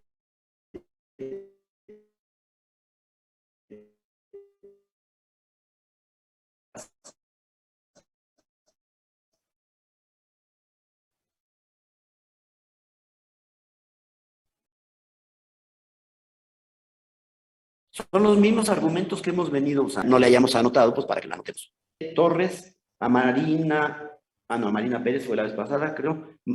Mariana Morales, Joel Martínez, Suriel Frías y Rodrigo Álvarez. ¿Es para formar como una barrera continua Formar una barrera. Eso no alrededor es, de las células? pero no me estás diciendo nada termodinámico, me estás diciendo cómo funcionan las bicapas, pero no me estás diciendo por qué se forman las bicapas. ¿Sí me explico? Es la diferencia. ¿Sí? ¿Por qué se forman? Forman porque la cabeza de los lípidos es hidrófila y las colas son hidrófobas.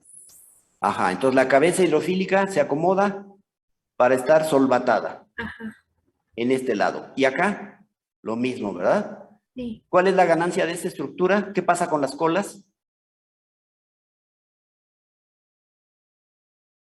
¿Están en contacto con el agua, sí o no? No. No. No, En porque son este, en hidrófobas. este- en este esquema parecería que sí, ¿verdad? Porque estamos viéndola cortada, pero en realidad ocurre lo que se ve aquí. Aquí está la bicapa. Aquí también la vemos cortada, compañeros? Es cuestión didáctica nada más. Pero vean cómo la bicapa permite que las cabezas polares queden todas hacia el exterior, forman una vesícula, una bolita, y también las cabezas hidrofílicas de la parte interna de la bicapa están hacia el agua perfectamente bien, forrando esa esferita por el interior. Esto da lugar a una bicapa. Entonces, las bicapas, esta bicapa es sumamente estable por las razones que dijo la compañera, las que quisiera repetir, por favor.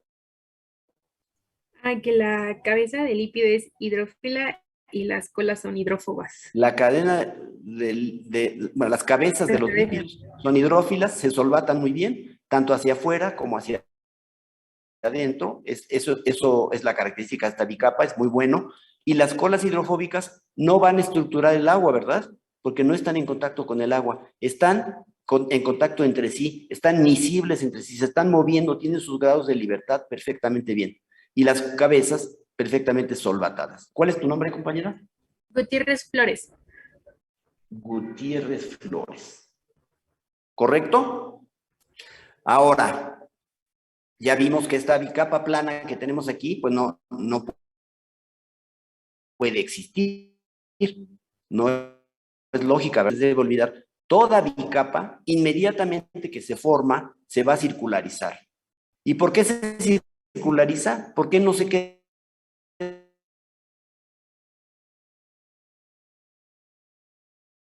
como está aquí?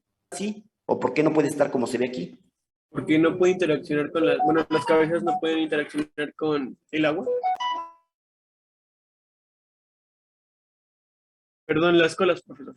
Las colas no deben estar como aquí, miren, esta bicapa no existe, no puede existir. Cuando se forma una bicapa, inmediatamente se circulariza, forma un liposoma.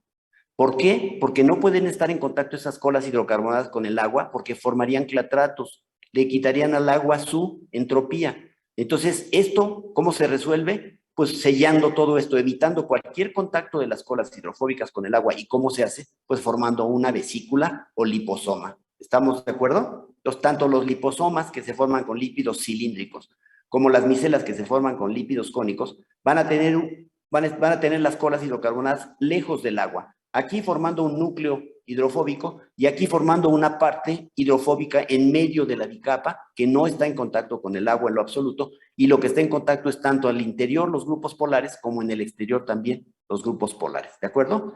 Pero fíjense que estas bicapas lipídicas planas, se puede hacer una bicapa lipídica plana de manera totalmente artificial y se los voy a describir. Eso no es natural.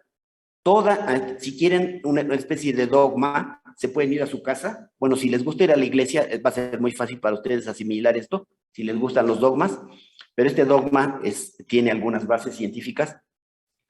Una bicapa siempre se va a circularizar, ¿de acuerdo? Ese es el dogma. Una bicapa no puede estar abierta, siempre se va a circularizar, excepto en unos experimentitos por ahí que se les ocurrió a los seres humanos, a los científicos, un experimentito donde se forma una bicapa plana que nunca van a encontrar en la naturaleza, siempre van a encontrar que estas bicapas se circularizan como se ve aquí, ¿de acuerdo? Entonces, ¿dónde podemos tener una bicapa plana? Vean este experimento, es bien interesante. Vamos a hacer una bicapa artificial para medir transporte a través de membranas. Fíjense cómo se va a hacer la bicapa. Vean este aparato. Este aparato es muy sencillo, es una caja de acrílico, ¿lo ven? Una caja de acrílico que tiene en medio un compartimiento también de acrílico. La pared en medio, se están imaginando, ¿verdad? Es una cámara ahí cilíndrica, rectangular, digamos. Entonces, esto es lucita, es plástico, esta capa también es esta barrera es de plástico. Entonces hay dos compartimientos, el izquierdo y el derecho. Pero en la capa que está en medio de los compartimientos se hizo un agujerito, se metió un taladro con una broca muy, muy delgadita, una broca muy delgada. Este es el agujerito. Ajá. Y luego que se hizo ese agujerito, se llenó de líquido el tanque. Evidentemente hay contacto de líquido a través de este agujerito, pasa el líquido, ¿verdad? Y después invitamos a Leonardo da Vinci a que metiera su pincel, un pincel que mojó en lugar de usar pintura, como acostumbra él, la mojó en fosfolípidos, en lípidos cilíndricos. Mojó con fosfatidilcolina, por ejemplo, su pincel, un fosfolípido que es cilíndrico. Y metió el pincel a través del agua y barnizó la ranurita.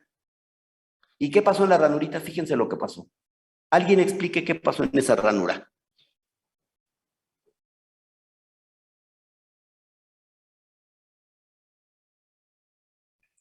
¿Se entiende el esquema?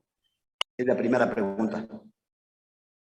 Sí, Lo que supongo que pasó, o sea, como tenía la brochita o el pincel, los fosfolípidos, empezaron a formar ese tipo de bicapa porque pues empezaron a repeler el agua. Ajá, empezaron a tratar de evitar organizar al agua. Mm. ¿De acuerdo? Alejarse del agua para no quitarle su entropía. O sea, el agua les dijo, sácate de aquí, no te pongas en contacto conmigo porque yo necesito mi libertad, así como les dicen un chavo a sus papás o una chava. Bueno, ¿y qué pasó? Aquí está la estructura. ¿Qué sucedió?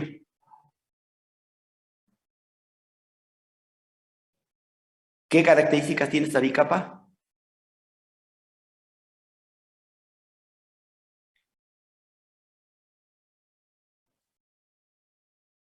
Ajá.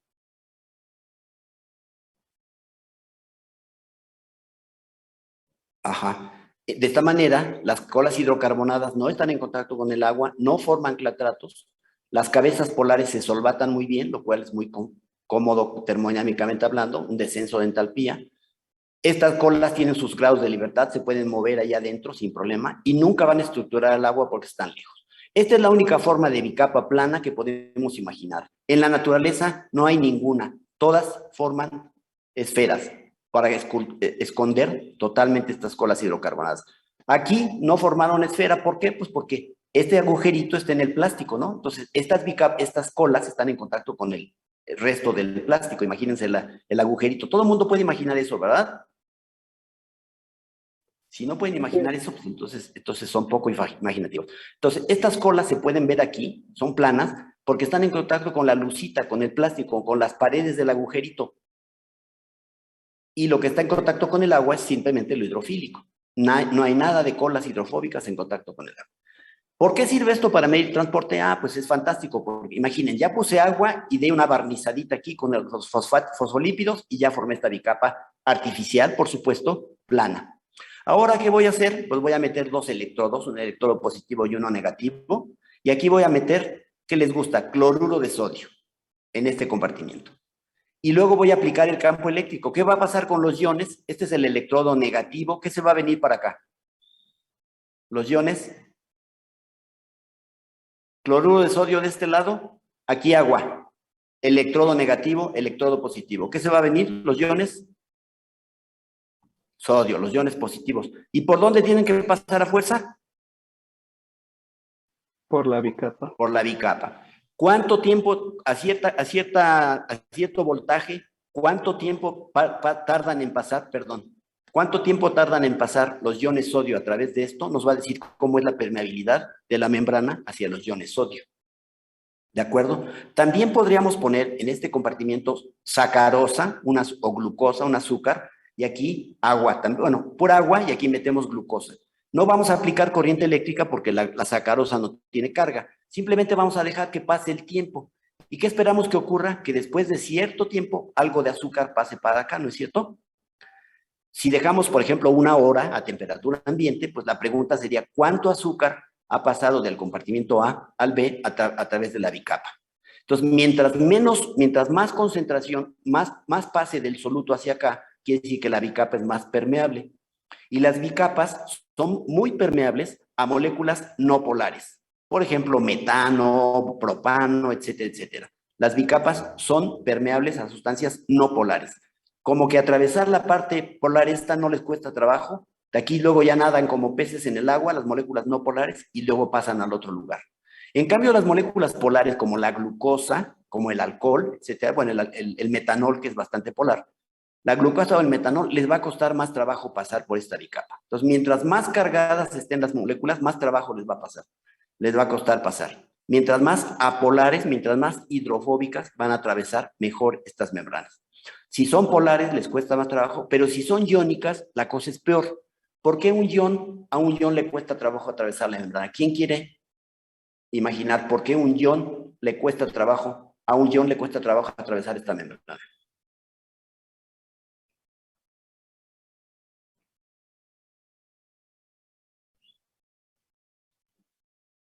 Pues porque, bueno, el ion tiene una carga, ¿no? Entonces Sí. tiene que pasar por la parte polar, que es como la cabecita. Eso podría no ser un problema, a lo mejor, bueno, un problema Exacto. sería que a lo mejor se retiene, ¿no? Si tiene carga negativa bueno, si tiene carga positiva y la cola polar es negativa, a lo mejor se queda unido, pero estamos aplicando un campo eléctrico y va a atravesar. ¿Qué problemas tendría el ion para atravesar la bicapa?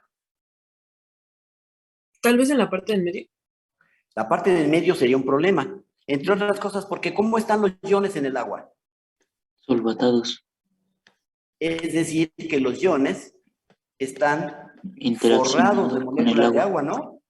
Entonces, para que un ion pase, se tiene que deshacer de esas moléculas de agua.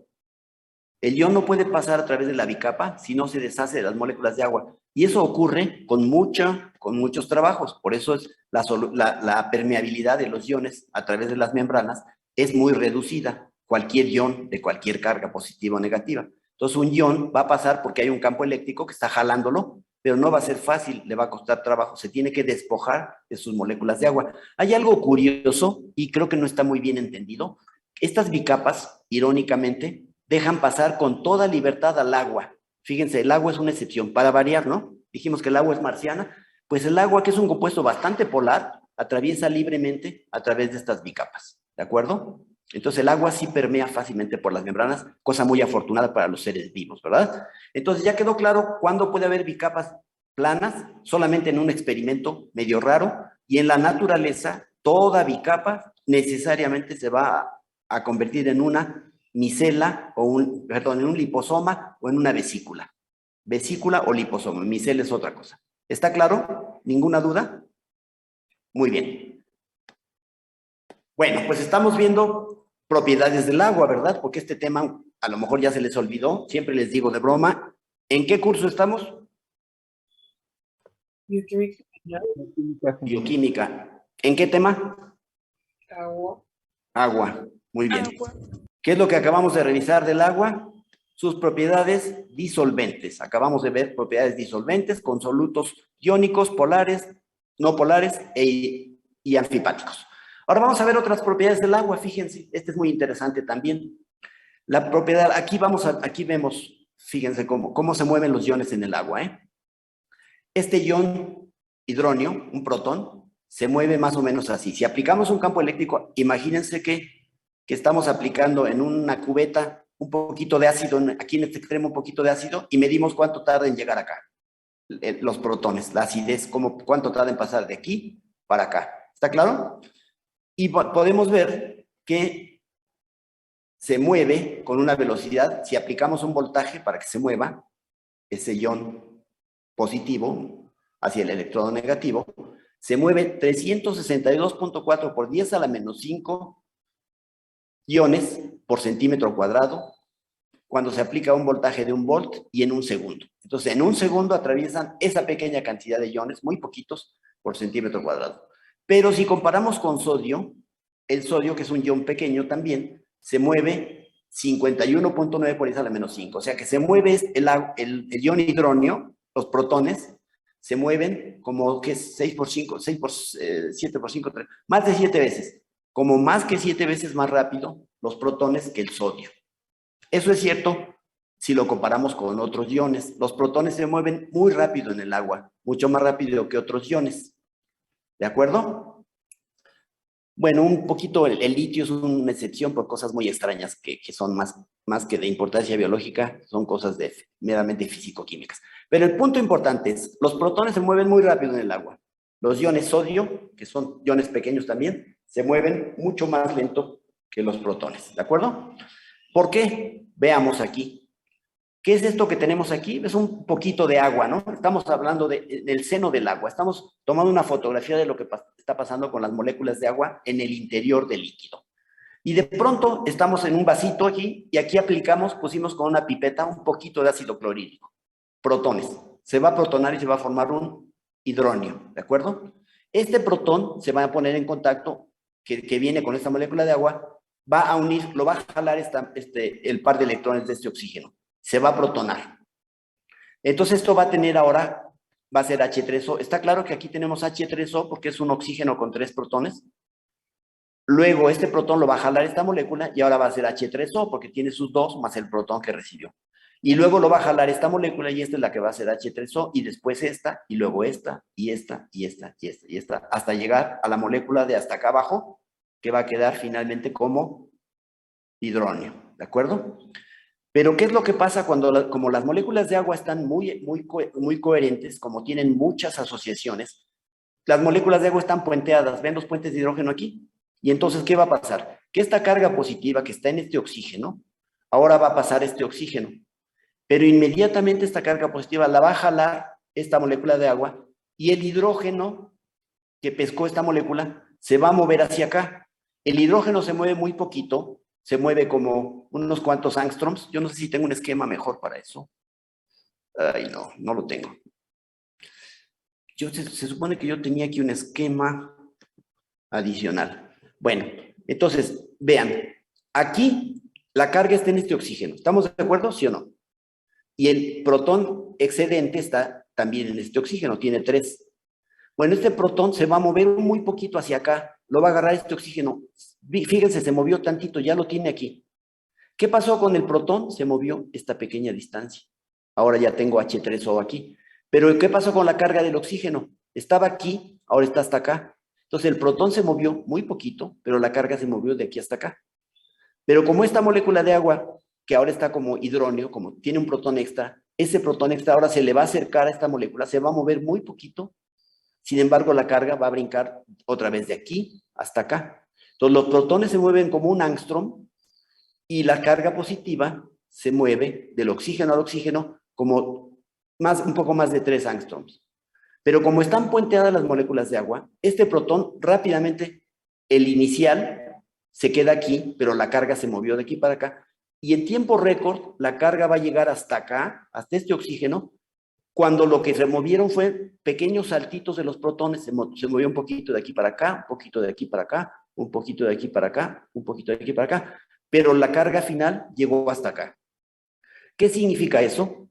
Que para estos iones, que son los protones, los iones hidróneo, el agua tiene una conducción extraordinariamente rápida, por eso es esta velocidad, una conducción extraordinariamente rápida, y eso es una maravilla. ¿Por qué es una maravilla? Porque a una célula no le conviene que de pronto se le acumulen protones en un lugar. ¿Por qué no le conviene? ¿Por qué no conviene que haya muchos protones en un sitio de la molécula? Porque puede atraer electrones. No. ¿Qué representa que haya muchos protones para una célula?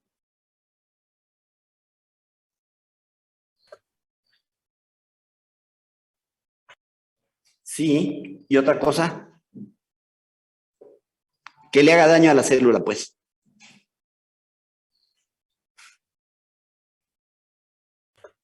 ¿Puede generar un gradiente, tal vez? No, estoy hablando de que haya protones en un lugar de la célula, muchos. Antes de que se dispare. ¿Qué va a pasar? Acidez. O sea, si se acumulan protones en una zona de la célula, eso puede ser negativo para la célula, es una acumulación de ácido.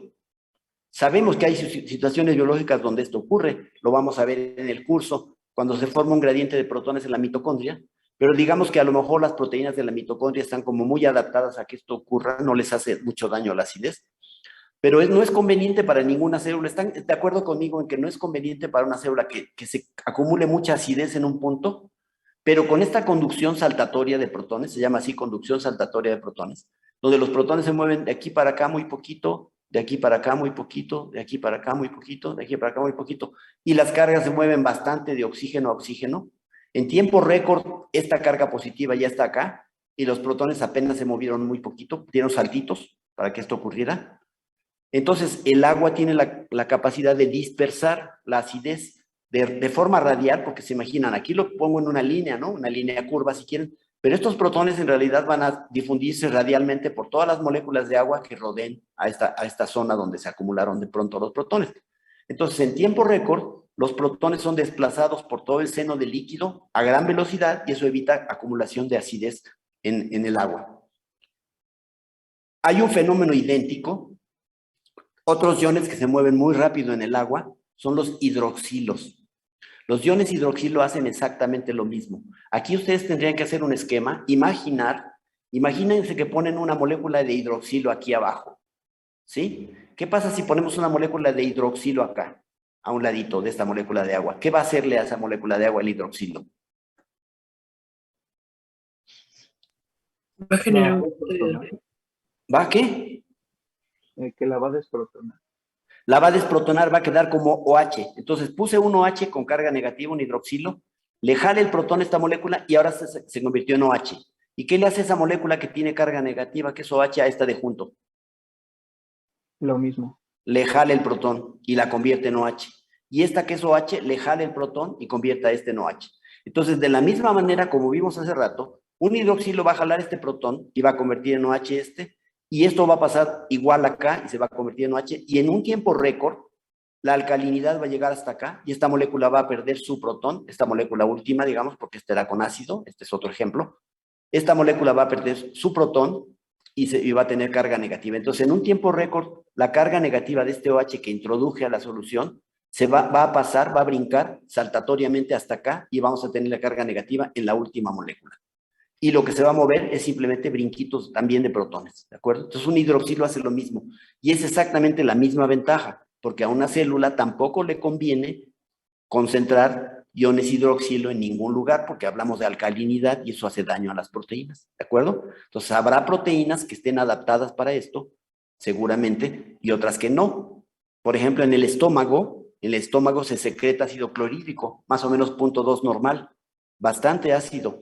Pues entonces seguramente las proteínas de la superficie del tubo digestivo, del estómago en particular, están adaptadas a esa acidez y no son fácilmente, la acidez no las daña, no las desnaturaliza fácilmente, no les cambia mucho la conformación. Entonces, hay zonas de la célula que pueden estar adaptadas a los protones, pero en general, acumulación de protones o acumulación de hidroxilo en el agua sería deletérea para una célula, para las proteínas y para los componentes celulares, ¿de acuerdo? Por eso es que es una maravilla que los protones se conduzcan saltatoriamente, moviéndose muy poquito los protones, las cargas se mueven en tiempo récord a distancias tremendas de forma radial. Y pasa lo mismo si hacen el esquema en su casa con una hojita de papel, pasa lo mismo si meto un hidroxilo que va a jalar este protón y luego se jala este otro para acá y este otro para acá. Al final vamos a tener hasta acá un OH que se formó en tiempo sumamente corto,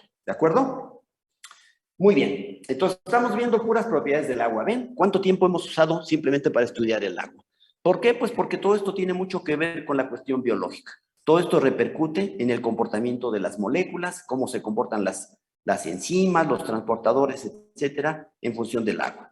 Y vamos a pasar a otro tema. Pero seguimos hablando del agua. En realidad, si se dan cuenta, estudiar el agua nos ha servido como de una especie de pretexto para, por ejemplo, entender por qué el agua en forma de hielo evita la congelación de cuerpos de agua, por qué el agua en forma de hielo provoca la ruptura de las rocas, por qué el agua, siendo tan coherente, tiene una alta tensión superficial y eso provoca ascenso de líquido por capilares, conducción de solutos en las plantas y demás. ¿Por qué el agua cuando sudamos perdemos tremendas cantidades de calor? Al perder 1 gramo de agua perdemos 500 calorías. Entonces es una maravilla cuando estamos en climas muy, muy calurosos, nos deshacemos de esa energía calórica simplemente sudando. Claro que tenemos que tomar agua, ¿verdad? Entonces, estamos usando el agua para entender además cómo se doblan las moléculas. Ya entendimos un poco de cómo se doblan las moléculas. ¿Cómo se va a doblar una molécula en el agua? Se va a doblar de manera que haga qué cosa con sus grupos hidrofóbicos, que los ponga en contacto con el agua o que los esconda. Que los esconda. Exacto, una molécula biológica, no hemos visto ninguna. Bueno, estos nada más sí son moléculas biológicas, son fosfolípidos, Entonces, las moléculas biológicas, como estos fosfolípidos, van a esconder sus colas hidrocarbonadas o sus partes hidrocarbonadas del agua en la medida de lo posible. Aquí, en forma de una bicapa, es una maravilla. Pero, por ejemplo, una proteína, pues no va a formar una bicapa, ¿verdad? Una proteína va a tener que esconder sus grupos hidrofóbicos, evitar que estén en contacto con el agua. ¿Y por qué quiere evitar que estén en contacto con el agua? Porque no es conveniente estructurar al agua en forma de clatratos, porque supone para el agua una pérdida muy importante de entropía, una pérdida de grados de libertad, una pérdida de su movilidad a través de puentes de hidrógeno de corta duración, como ocurre. ¿De acuerdo? Bueno, muy bien. Ahora vamos a hablar de otro tema, también relacionado con el agua, que es la disociación del agua. O sea, el comportamiento ácido-base. Y esto nos va a servir, como siempre, para de pretexto para estudiar otras cosas. Recordar lo que son los ácidos, las bases, los ácidos fuertes, los ácidos débiles, las bases fuertes y bases débiles. Y un poquito de teoría, pues, de comportamiento iónico del agua, ¿de acuerdo? Entonces, aquí tenemos una reacción en donde dos moléculas de agua, imagínense que hay dos, reaccionan una con la otra. Al reaccionar dos moléculas de agua, una va a actuar como ácido y otra como base. Sabemos que el agua tiene un carácter anfótero, ¿verdad? Puede actuar tanto como ácido como base. Y entonces, cuando una molécula de agua cede un protón a otra, se genera un hidroxilo, esta es la molécula que perdió el protón, y un ion hidronio, que aquí lo puse incompleto, puse un protón, pero lo podemos imaginar como H3O, ¿verdad? En realidad, el ion hidronio pues es una molécula de agua protonada y rodeada por varias moléculas de agua. Pero de manera sencilla, vamos a hablar de iones hidronio como simplemente protones. Nos vamos a olvidar que están solvatados y cosas por el estilo. Entonces, una molécula de agua actuando como ácido cede su protón a otra y se forma hidronio. Al ceder el protón, la molécula de agua que lo perdió se convierte en hidroxilo. ¿Y esto en qué proporción ocurre en el agua? Pues muy poco, porque el agua es un ácido muy débil y también una base muy débil. ¿Cómo se sabe en qué proporción ocurre? Pues se mide la conductividad eléctrica, se mide la cantidad de iones negativos y la cantidad de iones positivos.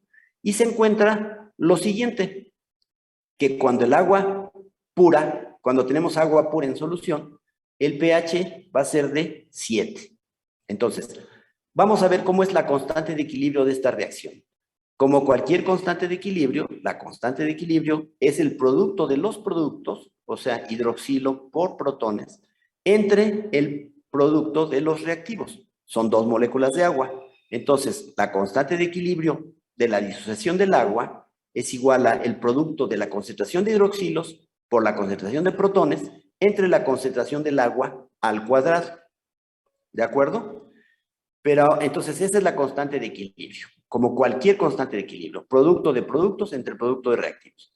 Ahora díganme, ¿qué tan alta será la concentración de protones y hidroxilos? Bueno, se ha medido, y fíjense lo que se ha encontrado, que hay 10 a la menos 7 moles de hidroxilos y 10 a la menos 7 moles de protones en el agua neutra. ¿Esa concentración les parece que es alta o baja? 10 a la menos 7. Molar. ¿Alta? Bueno, pues todo es relativo en este mundo, ¿verdad? Es mucho más alto que 10 a la menos 12, claro. Pero comparado con la concentración del agua, ¿cómo se compara 1 por 10 a la menos 7 molar de este y 1 por 10 a la 7 molar de este con la concentración del agua?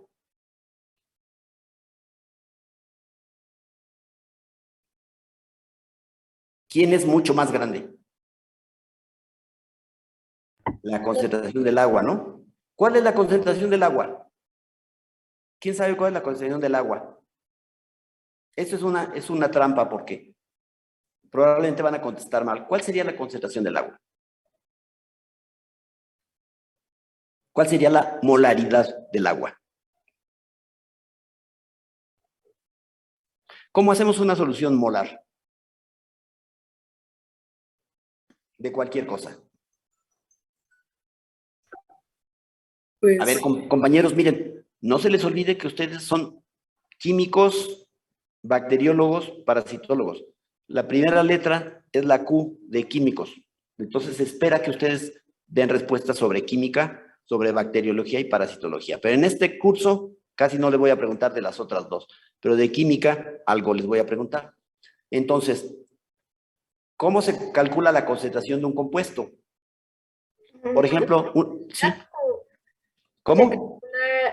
Son los moles de la solución sobre un litro. Se expresa como molaridad, ¿verdad? Moles, molar. Y compañera, ¿cómo haces una solución molar de sacarosa? Pues sería, por ejemplo, si es uno molar, serían 100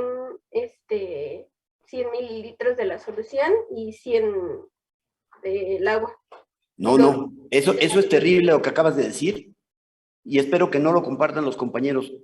Compañera, y les digo a todos, revisen sus conceptos de química, por favor. Ustedes no pueden terminar la carrera de químico bacteriólogo, aunque se vayan a un laboratorio a hacer análisis clínicos, sin saber qué es una solución molar. Esto es algo serio. ¿Cómo se hace una solución 1 molar de algún compuesto? El que ustedes quieran. Yo les dije sacarosa, piensen en el que sea. ¿Cómo se hace una solución molar de algo?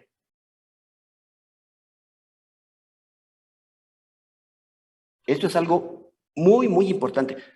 Fíjense que cuando ustedes terminen la carrera, compañeros, yo soy también químico bacteriólogo, cuando ustedes terminen la carrera, en los distintos cursos les habrán dicho un montón de cosas, un montón de rollos como en este, y van a terminar la carrera y lo que van a llevar como equipaje para enfrentarse al trabajo es una serie de conceptos básicos que se les quedaron. Se les van a olvidar un montón de detalles y no importa que se les olviden, mejor. Pero las cosas básicas, las cosas clave de todos los cursos las tienen que retener. Y de sus cursos de química general y química orgánica, inorgánica, etcétera, etcétera, hay cosas muy, muy clave y una de esas, en química analítica, es lo que es una solución molar. Eso no lo pueden olvidar nunca en su vida. Se dediquen aunque si salen de aquí se dedican a vender casas, pero dicen que son químicos bacteriólogos, tienen que saber lo que es una solución molar. Eso es algo que no pueden de ninguna manera evitar ni olvidar, aunque se vuelvan viejitos y se dediquen a otra cosa. Pero a ver, otra vez, ¿cómo hacemos una solución 1 molar de sacarosa? Pues se tienen que sacar los moles de la sacarosa. Otra respuesta equivocada. Pues estoy diciendo cómo hacer una solución molar, ¿cómo voy a sacar las moles si apenas voy a hacer la solución molar?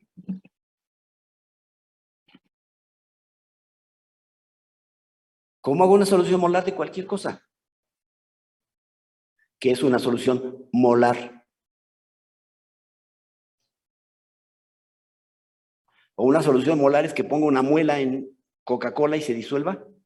No, ¿verdad? Pues es Esa que es la disolución de un molar, ¿no? Sí. Luego. primero, ¿Sí?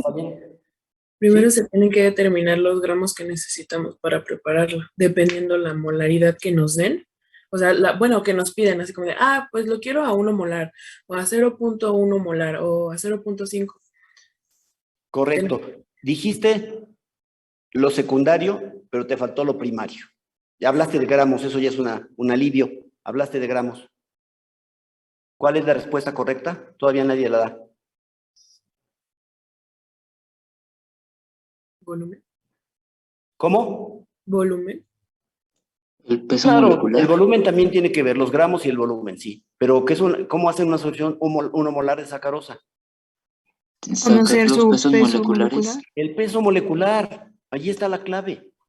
Una solución 1 molar es la que tiene el número de gramos correspondiente al peso molecular disuelto en ¿cuánto volumen de agua? En 1 litro de agua. En 1 litro, a volumen final de 1 litro, ¿verdad? Entonces, sacarosa, ya no me acuerdo mucho cuánto pesa, sería como dos veces 180 y le quitamos una molécula de agua. Bueno, glucosa más fácil, esa me acuerdo. Glucosa, pesa 180. Entonces, peso 180 gramos de azúcar, de glucosa, lo disuelvo en agua y lo aforo a 1 litro y tengo glucosa 1 molar. Miren, esto no es trivial, compañeros, es bien importante, les voy a decir por qué. Porque a veces tiene uno contacto con gente del ambiente clínico, QVPs, que son muy buenos, otros que son regulares, y hay QVPs, compañeros, que resulta que están trabajando en su sitio, que es el Seguro Social, el ISSSTE, donde ustedes quieran, y que resulta que dicen que no hay una solución patrón que es de glucosa 1 molar. Ah, pues no trabajan, porque no llegó el reactivo que les venden glucosa 1 molar, de solución patrón. Y no pueden hacer una solución de glucosa 1 molar.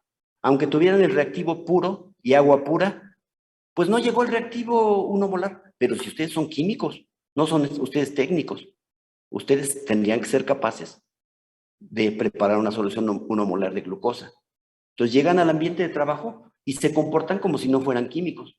¿Que lo saben hacer? Pues probablemente sí, pero hay que tener esa conducta de profesionales, y de refrendar su título de químicos todo el tiempo, ¿de acuerdo? Entonces una solución 1 molar se hace tomando una sustancia, calculando su peso molecular, pesando los gramos correspondientes a ese peso molecular, glucosa 180 gramos, cloruro de sodio 35.5 y 23.5, 58.5 gramos de glucosa en un litro de agua y así sucesivamente. Esas soluciones son todas 1 molar. Y ahora va la broma, la pregunta capciosa. ¿Cuál es la molaridad del agua? Por ahí empezamos, ¿no? Porque estábamos comparando cuánto hay de estos iones, que hay muy poquito, 10 a la menos 7 molar, aunque a una compañera le pareció mucho, yo pienso que es muy poquito, 10 a la menos 7 molar de cada uno, porque la concentración del agua, ¿cuál es? ¿Cómo hacemos una solución 1 molar de agua?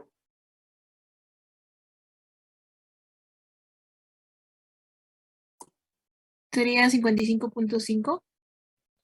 55 puntos, correcto, porque ¿qué hiciste? Pues en sí serían 1000 gramos de agua divididos entre su peso molecular, 18. 18 gramos es lo que pesa el agua, eso sería una mol, 18 gramos por litro, pero como lo vas a forrar con agua, pues sí, todo eso es agua, pues tienes que dividir los 1000 gramos entre 18 y eso da 55.5. Muy bien, compañera, ¿quién eres? Pérez Ávila. Pérez Dávila, Marina. No habías participado hoy, ¿verdad? Creo que No, hoy no. Muy bien, correcto. Entonces, ¿cómo es la concentración del agua comparada con lo de sus iones? 55.5 molar contra 10 a la menos 7. Pues es enorme, ¿no? Pero fíjense, en la ecuación les ponen, tienen que poner el producto de los reactivos.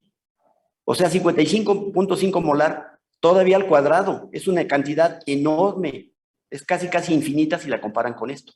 Entonces, lo que vamos a hacer, se dan cuenta que cuando el agua se disocia, la inmensa mayoría del agua se mantiene sin disociar, mientras que una pequeñísima cantidad, 10 a la menos 7 moles de este y de este otro, comparados con 55 moles de este, que están sin disociar, existen. Entonces, podríamos considerar, ¿están de acuerdo en que consideremos que esta concentración no varía, la del agua? Por lo tanto, es tan grande esta concentración que su cuadrado es mucho más grande, lo vamos a considerar constante. Esto no cambió y esto sí cambió. Y si lo consideramos constante, vamos a esta constante multiplicarla por esta constante. Y entonces, la constante de equilibrio del agua, cuando multiplicamos la concentración de agua al cuadrado por la constante de equilibrio, que esto lo vamos a considerar una constante, se obtiene una nueva constante. Y se llama, ya no se llama exactamente constante de equilibrio, se llama constante del agua, KW, ¿correcto? Bueno, entonces KW va a ser igual a la concentración de hidroxilos, ya nada más el numerador, por protones. Y es 10 a la menos 7 por 10 a la menos 7, y eso es 1 por 10 a la menos 14. ¿De acuerdo? ¿Está claro hasta ahí? Ahora, si tomamos logaritmos, ¿por qué? Porque hace muchos años un bioquímico o químico, no sé exactamente cuál era su formación, Sorensen, en Suecia, decidió que andar manejando exponentes de 10 a la menos 7, de 10 a la menos no sé qué, y 10 a la menos 14, estas cosas raras, eso era muy poco práctico, decidió hacer las cosas un poco más sencillas y dijo, vamos a tomar logaritmos. Tomamos el logaritmo de la KW, que va a ser igual al logaritmo de hidroxilos más logaritmo de protones. ¿Se acuerdan? Un producto se convierte en una suma de logaritmos. Logaritmo de KW igual a logaritmo de hidroxilos más logaritmo de protones. ¿Están de acuerdo en eso? Y luego decidió cambiar el signo. Y entonces dijo, menos logaritmo de KW es igual a menos logaritmo de hidroxilos menos logaritmo de protones. ¿De acuerdo? Y entonces introdujo el concepto de pH. El menos logaritmo de concentración de protones va a corresponder al pH. El menos logaritmo de concentración de hidroxilos va a corresponder al pOH. Y el menos logaritmo de la constante del agua va a ser igual a pKW. Por lo tanto, si esto lo sustituimos, el menos logaritmo por pKW sería igual a pOH más menos pH. Más pH, mejor dicho. Porque vamos a cambiar el signo, ¿no? Entonces, esto es menos y esto se vuelve más. Entonces, menos logaritmo de KW es pKW, menos logaritmo de hidroxilos es pOH, y más logaritmo de protones es menos pOH. Más logaritmo de protones sería pH, ¿de acuerdo? Menos por menos sería más pH, ¿de acuerdo? Entonces, el pKW es igual al pOH más el pH. Y es el logaritmo de 10 a la menos 12, en este caso, y el logaritmo de 10 a la menos 7. Y va a ser igual a 14, es igual a 7 más 7. Logaritmo negativo de 10 a la menos 7 es 7, y lo mismo en este caso. Entonces, también de aquí podemos despejar, y el pOH va a ser igual al pKW menos el pH, o el pH será igual al pKW menos el pOH, ¿de acuerdo? Entonces, menos logaritmo de 10 a la menos 14, pKW, es igual a menos logaritmo de 10 a la menos 7, pOH, menos logaritmo de 10 a la menos 7, pH. Entonces, 14 va a ser igual a 7 más 7. ¿Correcto? Bien. Entonces, ya prácticamente estamos terminando.